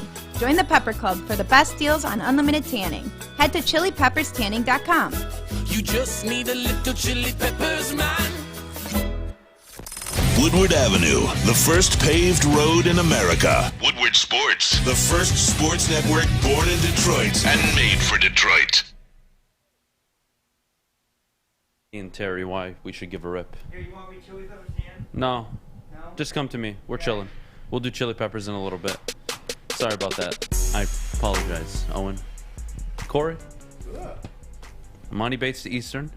Representing your university. I know you're all swagged out today. Oh, yeah, man. You know, I got my EMU homecoming shirt on, you know, from a couple of years ago. He gets excited. His voice goes what's going on, baby? All right, Kory, why should I give a Come crap on, about Emoni. Emoni Bates to Eastern? This guy went from being regarded as the next Kevin Durant to playing at Eastern Michigan. I'm sorry, but that's just the reality. Hey, I love it. I think it's a really great chance for him to jumpstart his collegiate career. Obviously, things did not go well at Memphis. I reported some of the things that I heard from what was going on there, is that he was reportedly sandbagging Penny Hardaway to players behind his back. I don't know how true it was, but that's what I reported, and I got it on a good source. And there's been some things out there about him and his father, but here's why you should care. Everybody deserves a second chance. I believe that what happened with Memphis was a humbling experience for him.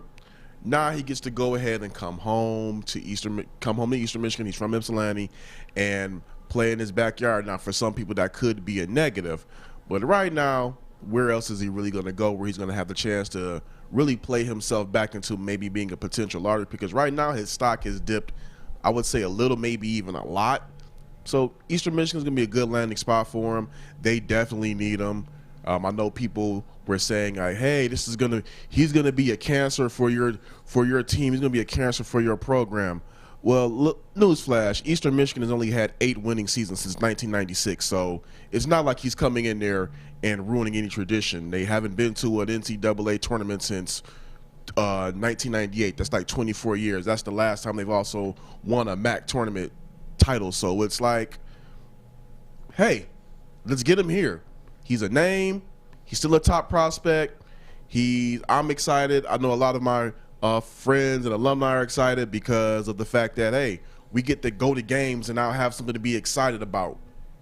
He needs to be coached, though. And Owen, you can speak on this with Izzo at Michigan State.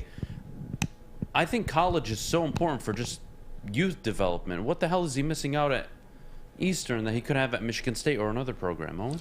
Yeah, no, there was a whole situation with Izzo in that camp, and obviously those let's get this straight, that is never going to happen, like those two together again. It's unfortunate what happened, but I think it's huge for EMU. I think that's really smart of them to go out and get Emoni Bates. They probably used Caleb Williams' money that they were trying to offer him with NIL. I'm sure he got $1 million plus in NIL money, but now you got ESPN watching those games. Eastern Michigan was second to last in the MAC last year. There's really nothing you can lose with getting Emoni Bates. Eastern Michigan was 10-21 last year. Yeah. 4 times we've been. I'm gonna give you some real quick stats. Eastern Michigan's been in its history has been to the tournament 4 times, 3 and 4 in the tourney. Haven't been there since 24 years. EMU has, in its history, has only had 1 player drafted in the first round of an NBA or NBA DL league draft, and that was in 1971. And it wasn't even George Gervin. So it's like, it's not no tradition he's coming here and ruining. It's only gonna be a plus. He's for me. I think the key is Stan Heath. Yeah. Stan Heath is a guy that's been around. He knows how to deal with problem athletes, and I'm going to describe Emoni Bates as a problem athlete. He can play, but he's got a very selfish game. And if he had gone to Michigan State, that would have been fireworks with him and Tom Izzo. Tom Izzo would not tolerate him not playing defense, just shucking up, balls when he felt like it. I think that would have been a disaster. It was the same thing that happened in Memphis would have happened if he'd gone to Michigan State. He'd be there 1 year, he'd be gone, and then there'd be hard feelings. In a program like Eastern, he can't ruin that program. Exactly. He can go in, ball out. He can do whatever he wants. The old man will be there. Stan Heath is going to keep him under wraps, but he's going to let him do what he wants to do. And that's going to benefit Eastern Michigan. Eastern Michigan, should at least contend for the MAC title, if not win it now. He's got some of his boys coming in that he likes, so he's in a safe atmosphere. Let's say he puts up 30 a game. 6 rebounds, 4 assists. Let's say he's just crazy at Eastern. He a lottery pick? He could be. He could. You never know. He could talk himself into the lottery. He could at least talk himself into being first round. I don't think right now anybody's looking at him in like first round, maybe a late or a second, but he could at least go to Eastern, ball out, and talk himself into the first round. And again, it's only going to be a plus for him. It's only going to be a plus for EMU. There is really no way this can be a bad marriage. You have to understand, this guy was considered the #1 prospect in the nation when he was in high school. But so that's going to play a role in it. He would definitely be a lottery pick if he does what you say at Eastern. If he goes there and flops, he'll still get drafted, but he won't be in the lottery. Exactly. He's a first-round pick no matter what happens there. Now the question is, will it be lottery or not? So that kind of leads me to my next question. I don't like dogging college athletes. Whatever's best for them is good for me. I really don't care. But you're Emoni Bates. You're going to Eastern. Fine. You're going to put up buckets. Fine.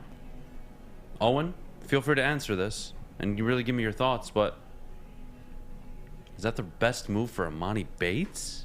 Well, I've heard reports that was pretty much his only option, that teams were starting to retract those offers, that like teams like Louisville and Michigan were really second-guessing those offers, and it really just came down to the money and the fact that EMU was obviously his home, and one of the only places that actually really wanted him. Obviously, we talked about the high upside for Eastern, but for other teams, that's not the case. He goes to Michigan, he could ruin that chemistry. Louisville, same thing. EMU, there's really nothing to lose on both sides. Now Emoni Bates can go do his own thing. He can be a star there, and there's really nothing you can lose if you're Emoni and Eastern, so I think it's a really good fit. See, if it were me and I was a coach, and if I was a coach at Eastern, Western, Central, and he calls, brother, come on in. It's money. Right, it's money. Now, if I'm at Louisville or Kentucky, I say, you know what, let me think about it. I may not want you. Because they have tradition, they have programs. They don't need Emoni Bates to continue. They already have people want to go there. So the wheel is going to keep on turning. Eastern Michigan does not land high prospects. It's just the facts. I went there. We didn't go to basketball games there. We didn't go to really football games. We're starting to go to football games now because we know everybody gets a bowl game. So, we're starting to really take an interest in the team. But basketball, nobody went to the basketball games when I was there. The last drafted player was what, Derek Dial? Mm-hmm. Nobody's talking about Eastern. Eastern. You had Earl Boykin. Earl Boykin's been undrafted. He made it to the league. I know, but you had, he brought some pride to Eastern Michigan. Yeah, but again, Eastern has not had anything worth talking about basketball-wise. Now you have students and alum talking about, okay, when is the first game? Right. How are we getting season tickets? Now, I'm old enough to have seen Eastern Michigan beat Duke. Or was it UCLA? It was UCLA. I think it was UCLA. Yeah, that was it. And then they played Duke and lost, but they were competitive. I don't know. I don't know how he gets back into the first round. I really don't. I think he's a guy that I would love to take. I'll tell you how he gets back into the first round. If EMU wins a MAC title with him, he'll get back in the first round. And he's the main star. You had a guy as a lottery pick who didn't play college basketball. How many players with that attitude succeed in the NBA? Oh, wait, none. None. That young, to be that selfish, that much of a, let's just call it what it is, cancer to a team. You're not getting anywhere. You're not playing professionally. Yes, you are. No, man. Yes, you are, bro. No. Look, who walks into a the team? standards are so low. And once again, what Emoni Bates has on his resume, #1 high school player in the nation. That's going to play a role. He'll go to Eastern. Now, if they win the MAC, let's say he gets his 30 points. Let's say they make a little tiny tournament run, win a game. Bro, he in. I'll say this much. Stan Heath, you know, he's working with a lot more younger players, you know, a little bit more, I'll say more experience with it than Penny is. And also, you know, you have to factor in his G League history. I think that maybe Stan Heath may be able to push some different buttons with him because, granted, Memphis was a great situation with everybody that they had there. Who knows? It might have been that combination of Penny, Rasheed Wallace, and Larry Brown may have just been a little bit too much for him.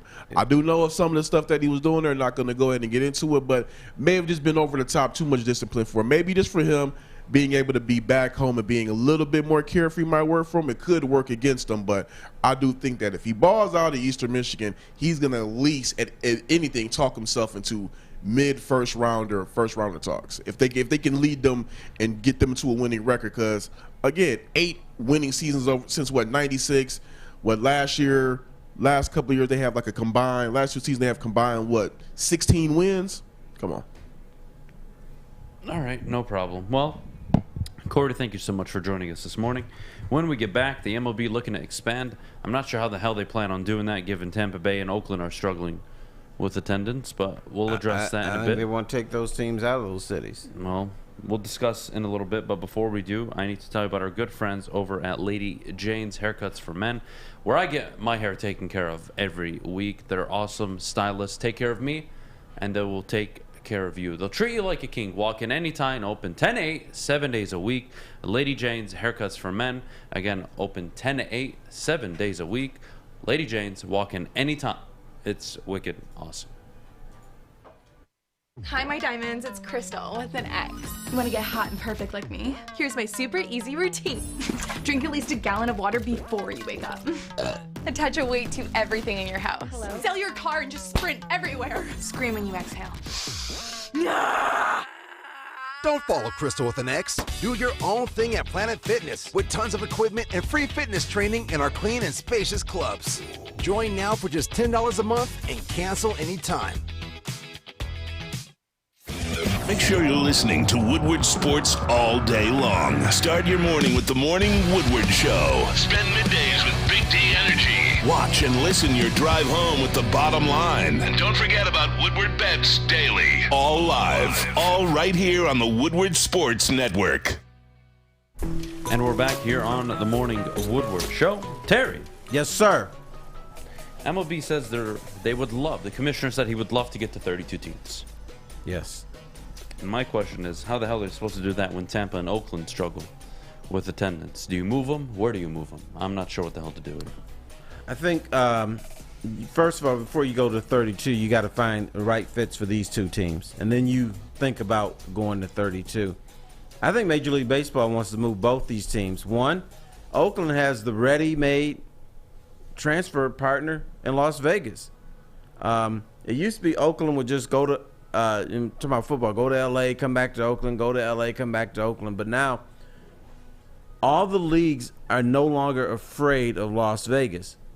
In the 70s, 80s, and 90s, you can't have a team in Vegas because it's going to taint the players who play for them, which is such baloney.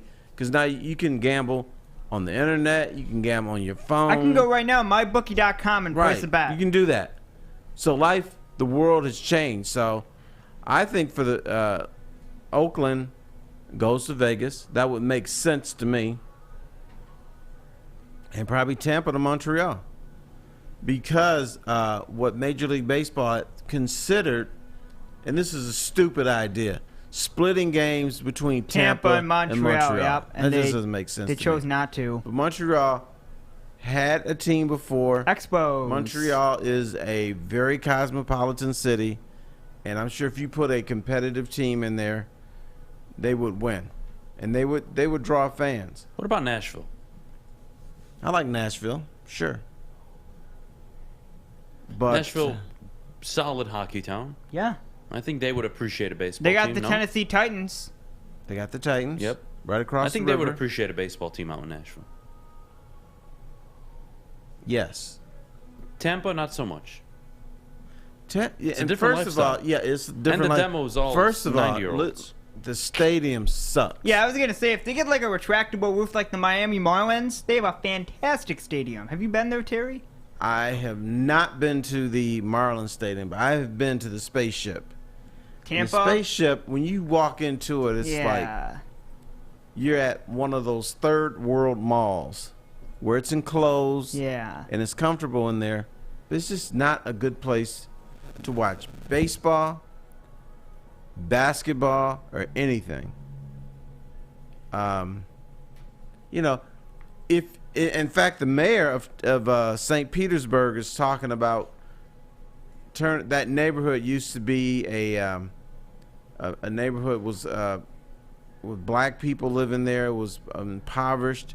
He's talking about giving it back to the people, and so I'm all for Tampa getting out of there, and a big part of over in St. Pete. That's where all the old people are. Yeah. Bunch of them. Honestly, I'd put a baseball team. I'd consider one in Dallas.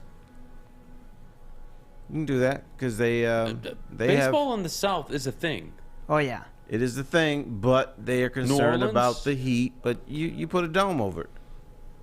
Yeah, but then you run into the problem, Terry. Do you want another Tampa Bay, or do you want to spend a crap load of money and be like Miami, where they have a retractable roof? Yeah, I'm not sure about New Orleans. Would people go to Rays games if they had a retractable roof? Well, the problem with their stadium, too, is the fact that it's in a bad location. You literally, can't get to it. My dad went there just this past summer, and, he's like, there's no way you can really get to the stadium. If you're going to still remain in Tampa, you got to at least move the stadium to a better location. You got to go through tiny side streets. Whereas one lane this way, one lane going the other. You're stuck there forever. There's nobody at the game, but you get stuck in traffic. You can't get out of there. The freeway, there's no direct route from the freeway. Mm-hmm. It was poorly planned. So I think what they thought, hey, we just put a team in Florida, it'll work out. Well, it didn't. And you had a bad stadium. You have a good team. Yeah. I wouldn't mind if Tampa. They were great last year. If the organization moved to Detroit, and you moved the Tigers to Tampa. Oh, Adham would love that. You have more to cheer. You be all for that? Yeah, they know how to develop players. They know how to do a lot of things there. They win with a smaller payroll. If you brought them to Detroit, you could have a bigger payroll, and that smarter management will probably get you more wins than the current Tigers. Well, I mean, you can have Fish running the Tigers right now, and I think they'd be better off than Avila. What about the Field of Dreams out in Iowa? That's a feel-good one, but I don't think that's realistic. I don't think you can put a team out there, I think a few games a year is dope. I think they should start doing that. Hell, to be honest with you, how many fans were they able to fit in that? Do you remember? Not very many. It's like 5,000. Yeah. Oh, okay. Minimum. So that's a problem. Because remember, they didn't have anything in the home run. It was a cornfield. I was thinking either an all-star game there, or if you ever wanted to go to a neutral site setting for a World Series, not that you'd want to, because not World Series, playoffs. I'm just saying, like, Playoffs. that could be something. Or maybe that's where the wild card games are held. Instead of a home or away team, you have the wild card games held, or the play-in games held at the Field of Dreams and the All-Star game. But it's got to be and better then the winner, seating. Wait, hear me out. The winner of the All-Star game. But it's AL, NL. That's the problem. Yeah, no, I think All-Star game at least should be there. That'd be kind of dope. I like where you're going with the idea. So what I would do is do that Field of Dreams like 1 year for the All-Star game, and then do a city like Montreal or a place that doesn't have like I remember the Expo Stadium hosted an exhibition game. I believe it was between Toronto and I can't remember the other squad, but it was like a full house there when they did the exhibition game in the old Expo. So you want to have the Stadium. All-Star game in front of 5,000 people? Doesn't make sense to me, because part of the All-Stars game's allure is You get to see you're all the selling stars, a city, yep. you're selling merchandise, you want everybody to see it, and yes, the setting for TV would look great. Yeah. But other than that, that would be a disaster. But we need to think of permanent solutions, not exhibitions, not gimmicks or anything. These teams need to move. They're not working where they are. So, Terry, where would you move them then? Each one, Tampa and Oakland. Well, I wants Oakland originally and said that Vegas. Tampa would move to Montreal, but I have no problem with them moving to Nashville. Nashville's pretty good. And for Oakland, the new out for Oakland is Vegas. Right. We are no longer afraid of casinos. We're no longer afraid of the sports books. We're no longer afraid of the big boogeyman. So just move everything to Vegas. Well, look at the Knights right now, too. I mean, they seem successful. Right. LeBron James wants to move an NBA team to Vegas. He'll probably get his way. Doesn't Oakland have the same problem as Detroit? Isn't that why no one goes to their games, because they're boycotting because of their ownership? Well, it's or also, part of it's their ownership. Well, it's a bad stadium. Yeah. I know it's like ran down. So why don't we do that at the Detroit Tigers Stadium? If they're boycotting for their owner, why don't we boycott for their owner? It's also in the middle of. Well, that's true. It's not in the middle of nowhere, but it's sort of. It's outside of Oakland. Yeah. It's sort of near the airport. It's not in the good locations. It's on the freeway, which helps, but. Yeah. So you're telling me if it's a rundown stadium in the middle of nowhere, rundown stadium outside the city of Oakland, that doesn't work. So if it was Detroit, we'd be good then, right? Because LV will be gone. Well, Detroit small attendance is just a recent thing. It's because they've been bad for the last 8 years. Oakland, it's a permanent thing. When Oakland is in the playoffs, they don't sell out games. Nope. They still got the stupid little banner tarp, at the top, banner, whatever it is on the second deck, because they can't sell those But seats. I'm doing a solution to help my guy Adham Beydoun over here. There's So that's another the guy now. solution that's the solution. If you just put a city by an airport in the middle of kind of nowhere, have 3,000 people there, and then LV was like, oh, our attendance is down. I need to actually start winning now. And then he either starts winning or gets fired. Okay, the 'Cause no problem one with goes to Oakland, games. when they win, people don't show up. Maybe that's good for LV then. Because now he's like, oh, I don't know what to That's do. sad, I 'cause gotta I leave really that. like the A's. I like their jerseys. Yeah, their I even jerseys like are the pretty ballpark cool. a little bit, to be honest with you. We don't have but- to change the jersey. Jersey can stay the same. Yeah. All good. We got to go to break. When we get back, Fish, this is your moment to shine, buddy. Okay. Wimbledon updates. You ready for this? Sure. I don't think you are. When we get back, we'll talk about Wimbledon. Apparently, Terry saw some action. Some dude spit on a fan. That's the kind of stuff I don't associate with tennis, but here we are. I don't know. Fish, could you tell everybody at home about our good friends over at the Sports Marketing Agency? Sure. The Sports Marketing Agency spread the awareness about mental health and substance abuse. Their new podcast, This is the F Word, helps spread awareness of fentanyl and other addictions. Go to thesportsma.com if you are struggling or know someone who is.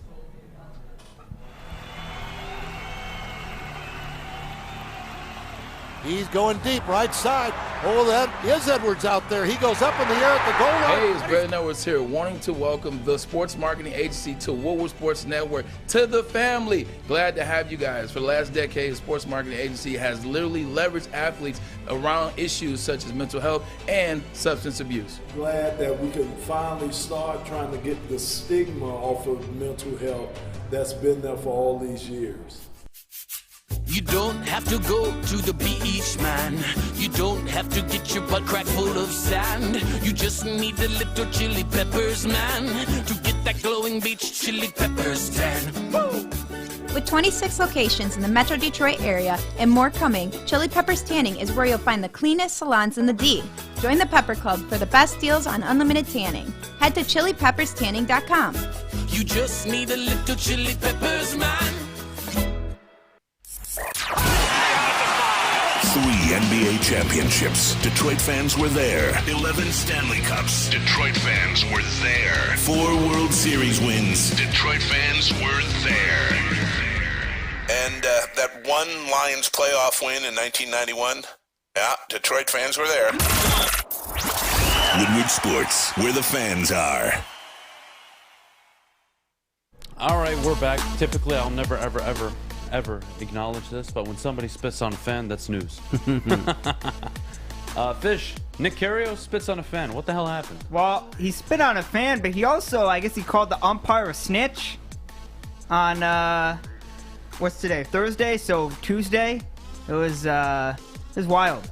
You know, he's very entertaining, but he's a bit of a drama guy. He loves the attention, and he loves giving the umpires a hard time, and,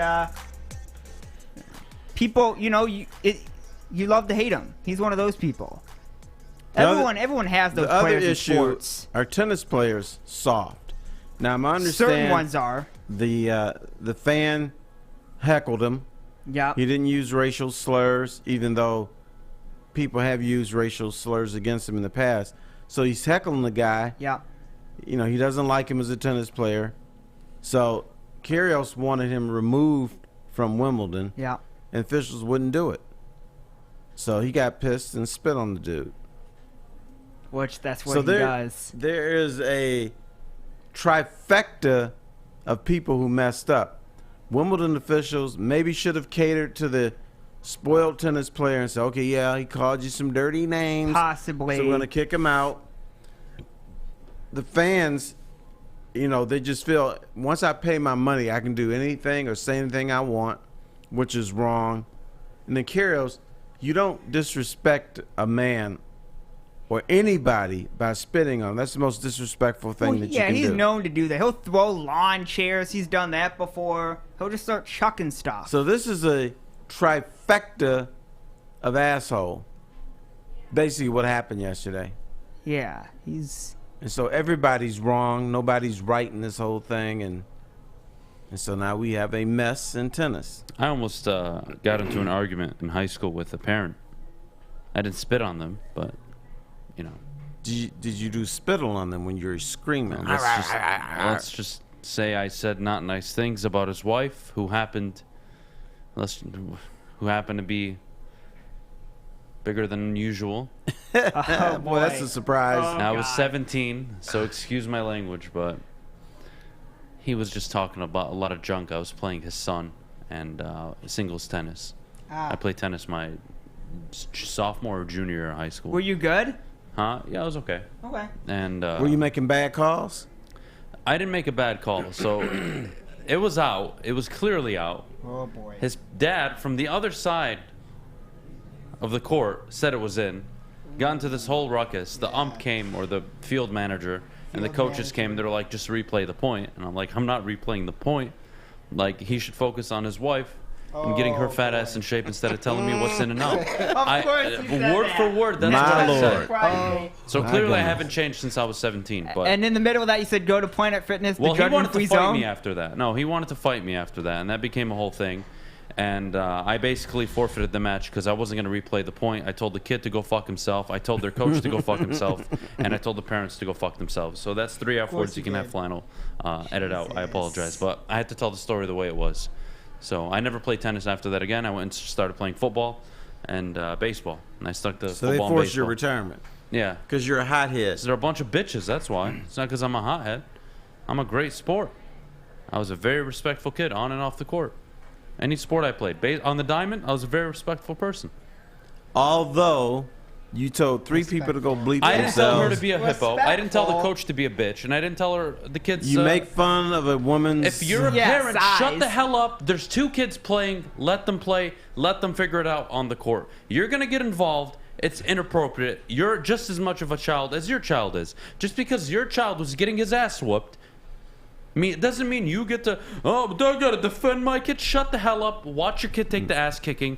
Take him to the parking lot after. Say, hey, Jimmy, you got to get better, son, because you got your ass kicked out there. So get better. Says the one that called out his wife or girlfriend or whatever, the mom. What? You called her out. Yeah. Called her fat. Yeah, you called her fat. I didn't say Hey, did I lie? Did I lie? I didn't lie. I know, but I some guys like big girls. Well, he wants to talk. I'm going to just call it how I see it. There's a hippo. There's an angry man who's acting like a child, and then there's a little bitch on the court that I'm playing. But earlier you said... That's down 2 sets already. But you just said and it's complaining about an out call. But you said have the 2 players play, which is fine, but you brought up someone else I didn't bring up out anything. of... He started it. I just ended it. You're not going to talk junk to me. I don't care who you are. My dad doesn't talk to me like that. You think I'm going to let another adult talk to me like that? Get the hell out of here. Anyways, Kyrgios won his match day, so he's on to the 3rd round. Good for him. Serena Williams lost on Tuesday. That's right. What is she, like 40, 41? 41. She has not played in a year. She should retire, She man. played- Well, she has she's very nothing well to made. prove, and all we're going to do is remember as an old, sluggish, sloppy tennis player. Like, just go out on top. You were great. You're you're the greatest women's tennis player ever. Yeah. Just walk away. She should walk away. She's not going to get the Grand Slam title, but who cares? We already know who you are. You're established. You got commercials. And, Adam, you appreciate this? She's starting to chunk up, too. That's probably why she lost in the first round. Well, she put 3 sets. Yeah, she did give birth. She put 3 Okay, but it's sets the first on. round, and you're Serena Williams. You're not supposed to go 3 sets with some scrub and win. You're supposed to go 6-1, 6-2, boom. What's the next match? Yeah. Yeah. I have great stories back in my high school days. We know you do. 7-on-7s for football. There was a kid being scouted by, who was it? Northwestern and Maryland. Wildcats. Ooh, Turpins. 6'4", 6'5" kid. Great athlete. I think they're recruiting him as a DB. Did you try to end his career? No, I didn't do anything. And did you jack him up? No. So he played quarterback for his team and in the secondary. So I was a safety and a quarterback. So when I was quarterback, like we just 7-on-7. You have to suck not to move the ball down the field and score every time. Yep. So we made him look bad on defense, and then I picked him off one time. And when I picked him off, it was a pick 6. Like it was done. I jumped the play.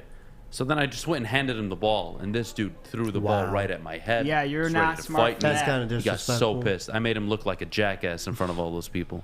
I felt bad. And you know me, I'm a white guy. You One, felt I'm not going to bad? fight him because he'll probably kick my Wow. ass. And 2, I was just talking major crap. I had no class. You I'm not gonna deserved lie. it. I did deserve Well, it. now, wait a minute. A few minutes ago, He said you he said felt you were bad, though. respectful. You know what? He said he felt I'm starting to And now you have no I'm class. starting to remember what I was like in high school. I was a jackass. I'm not going to lie. I took sports very seriously. I talked a lot of junk. I apologize. That's a good thing you take sports See, seriously. he does it again. He keeps doing. You got to catch him when he Backtrack, does it. backtrack, I was a sportsman, and sportsmanship I was very important for a to majority me. of the time. But when things happened, I spoke No. my mind. You either are or not. You were a jerk. No, God. Adam, you're saying I was a great sportsman, and I I loved was it, team captain but for I all was the an sports ass. I played. So, you know? Team captain doesn't mean you're a great sport. No, I was a leader on the team. You know, Okay, I carried myself. I'll buy that. I carried myself. But you were a jerk. I was a jerk to people who were jerks to my teammates. So let's just put it that way. Terry, team captain if you talked basically about my means team or me, you were getting it back. Or if you got a big wife. Or if you got a fat wife. team captain basically means the team trusts him to be a leader. That's all it is. Right. But, Adam, sometimes you need to check yourself. There's guys who like big girls. Hey, that's a them thing. Big girls That's a them will thing. give you that sweet loving. If you let them. Terry, is it big or thick? Big girls. Thick. There's What about big, thick the girls? thick girls. Are they big or thick? You know what? Big. Donut Boy Steve makes a good point. What do you say? Yeah, but calling her a fat slob or something else is kind of harsh. You know what? Looking back on it, if I could figure out who those people were, I would apologize for what I said. And the only thing... Wait. Let me finish. But here comes the but. The only thing I would apologize for is not calling her a fat fucking hippo at the time. That's the only thing I would apologize for. Absolutely nobody. Not apologizing for a goddamn thing. Get the hell out of here. What would talking you crap call on a her goddamn instead? tennis court, huh? What would you call her instead? I would have called her a fat fucking hippo. I Okay. regret not calling her that.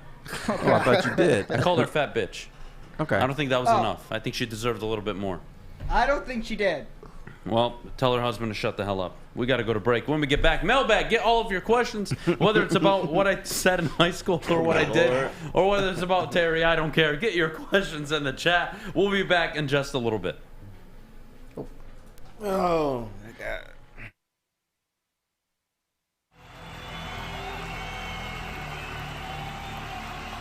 He's going deep, right side.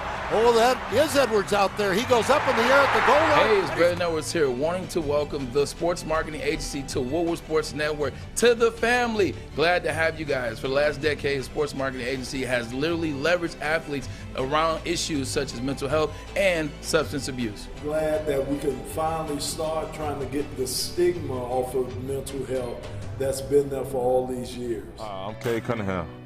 Working with Hall Financial to purchase my first home was easier than I could have ever imagined. They treated me like family from start to finish. Find out for yourself at callhallfirst.com. I'm Cade Cunningham. I'm proud to partner with Hall Financial, the mortgage company known for 5-star service.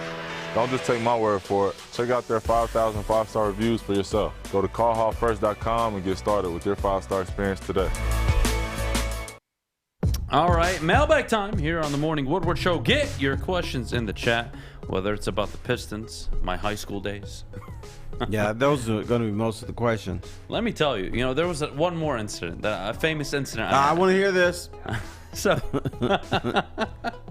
this is the model citizen over here. This is one of the moments I'm most proud of, okay? Hear me out. So, high school baseball. This is my freshman year. All right. Oh man, he had it as a freshman, playing varsity, making my first appearance in front of all the seniors and juniors. I was gonna say he was going off on the seniors. Is this football? So no, baseball. Baseball. Okay. So freshman year, I'm a little freshman. I'm pitching. How tall are you? What are you? 14? I was 14. I was probably 5'5", 5'6". So as tall as me. Okay. Huh? That's where you're throwing. I was 80, 82. That's pretty good. Yeah, I threw pretty solid in high school. I got up to like 84, 85 when I was a senior. I didn't get any higher than that. But all right, let's hear your jerk moment again. So freshman, I'm trying to impress the coach because he's been trying to get me to start more, but seniority, it's difficult. I understand, and I'm a polite kid. I don't really talk much. So first inning goes by. As a freshman, I didn't talk a lot. As a senior, it's a different story. I'm 14 at the time. This is where it started. This is where it all built up. So the first inning goes by. I give up a run. No harm, no foul. Whatever. Okay. Second inning, scoreless. Third inning, scoreless. Fourth inning, scoreless. We're winning 3-1. Everything's going great. The bases are loaded. Okay. Their best player's up to bat. I'm struggling. It's the fifth inning at the time. And in the middle of center field, there is, those electricity lines? Yeah. So there's a wire that runs right through center field. Okay. The odds of hitting it are 0. So this kid smacks the ball. I mean, if it doesn't hit that wire, it's a home run, grand slam. Oh, he hits the But wire? everyone's waiting to tag, right? Because there's only one out. So they're like, all right, we got to wait. Is he going to catch it? Is he not? It hits the goddamn pole, or the wire, excuse me. Wow. Falls to the ground. Only one run gets in. Bases are still loaded. I get out of the jam. We end up winning the game 3-2. Long story short. Clap it up for Adham. Now, wait. Long story short. Okay. After the game, this is where things got real. Okay. And I didn't play 3 games after because of what I did. Oh boy. So, none of the seniors were telling me good job. Oh boy. So, I walked into the dugout after the game. Oh, no. They weren't acknowledging anything. They didn't just acknowledge that I just won them a goddamn game they weren't supposed to win. But, whatever. It's fine. Oh, the Wire did. I get it. Treating me like, piece of garbage. That's fine. Whatever. I'm a Adam was freshman. definitely butthurt by So that. I You were walk definitely in, butthurt by that. and I tell them, hey, just for all you seniors, that's how you pitch. And I walk out the dugout, and they just chase me, ready to kick my ass. And whatever, we get into like a huge, very loud argument. But didn't you deserve it? No, I thought there were being a bunch of punk bitches. That was my first start, and we beat a team we had no business beating. You're welcome. You're welcome. And by the way, I drove in the goddamn 3 runs. So excuse me. Oh, so you batted in the 3 runs? Yes. Hell yeah. So anyways, whatever. We get into an argument. Lose respect with half the team. Hey, did you lose the dressing room? I mean, it was lost when I just started playing, to be honest with you. But whatever. Anyways, long story short, it was a fun time. I had a good time. Adam, it's a team game, son. Sometimes it's a team game.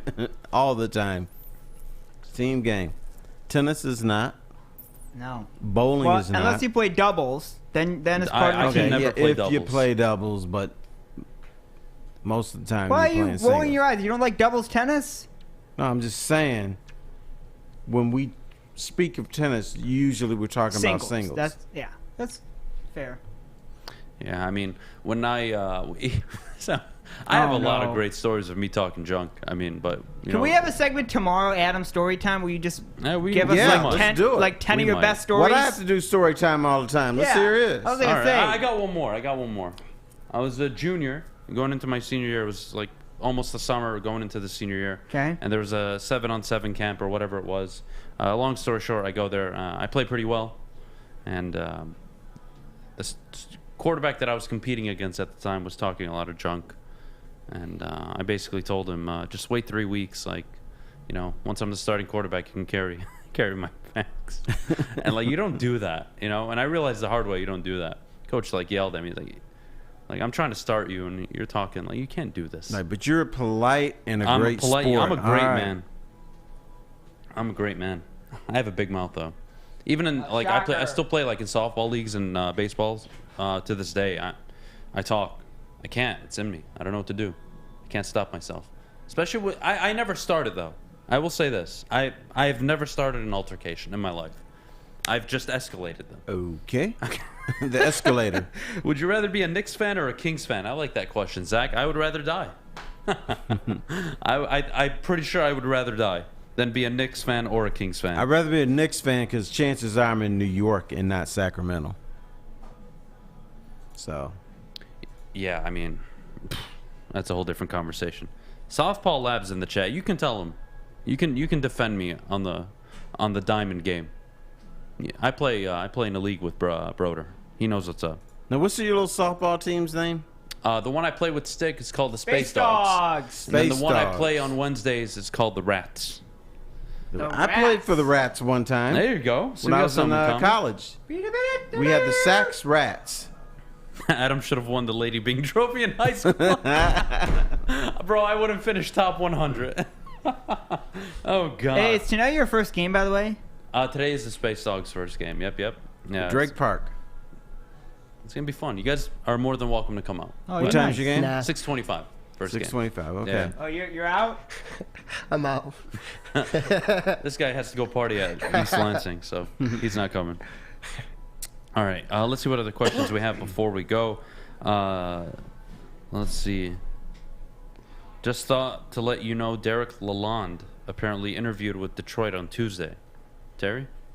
Derek Lalonde, assistant coach with Tampa. I heard that he was going to interview, so I guess that's official then. He's probably the front runner because guys like to pluck their old teams and get assistant coaches or guys that they think that could run a team. So that goes. My Barry Trotz is gone. Steve Eiserman, not Eiserman, but Fedorov probably isn't going to happen. This seems like if things go right and they have a good conversation, Lalonde, that could be the move. It could be the move, and it should happen this week. When's this going to happen? Probably in the next 2 to 3 weeks. The draft is next. I'm saying you know the what? next- Darren McCarty did tell me off the record, though. So you guys are going to have to follow up with him in the chat. But he did tell me off the record. He expects Steve to make a decision before the draft. Yeah, His information, not mine. Draft's next week. I think it's going to next happen. Thursday. I was hoping it would happen this week. But if it's early next week, that's fine. All right. Well, that's it for today's morning show. Maddie, hope you're feeling better. Terry, thank you so much. Owen, you did a hell of a job your first time in the booth full time. You crushed. Fish, thank you as always. Oh, thank we you. got to go. Have Very a great nice. rest of your Thursday. I'm going to go play softball later. But for now, I'm going to go sit in a corner with Owen and Justin. You guys all have a great day.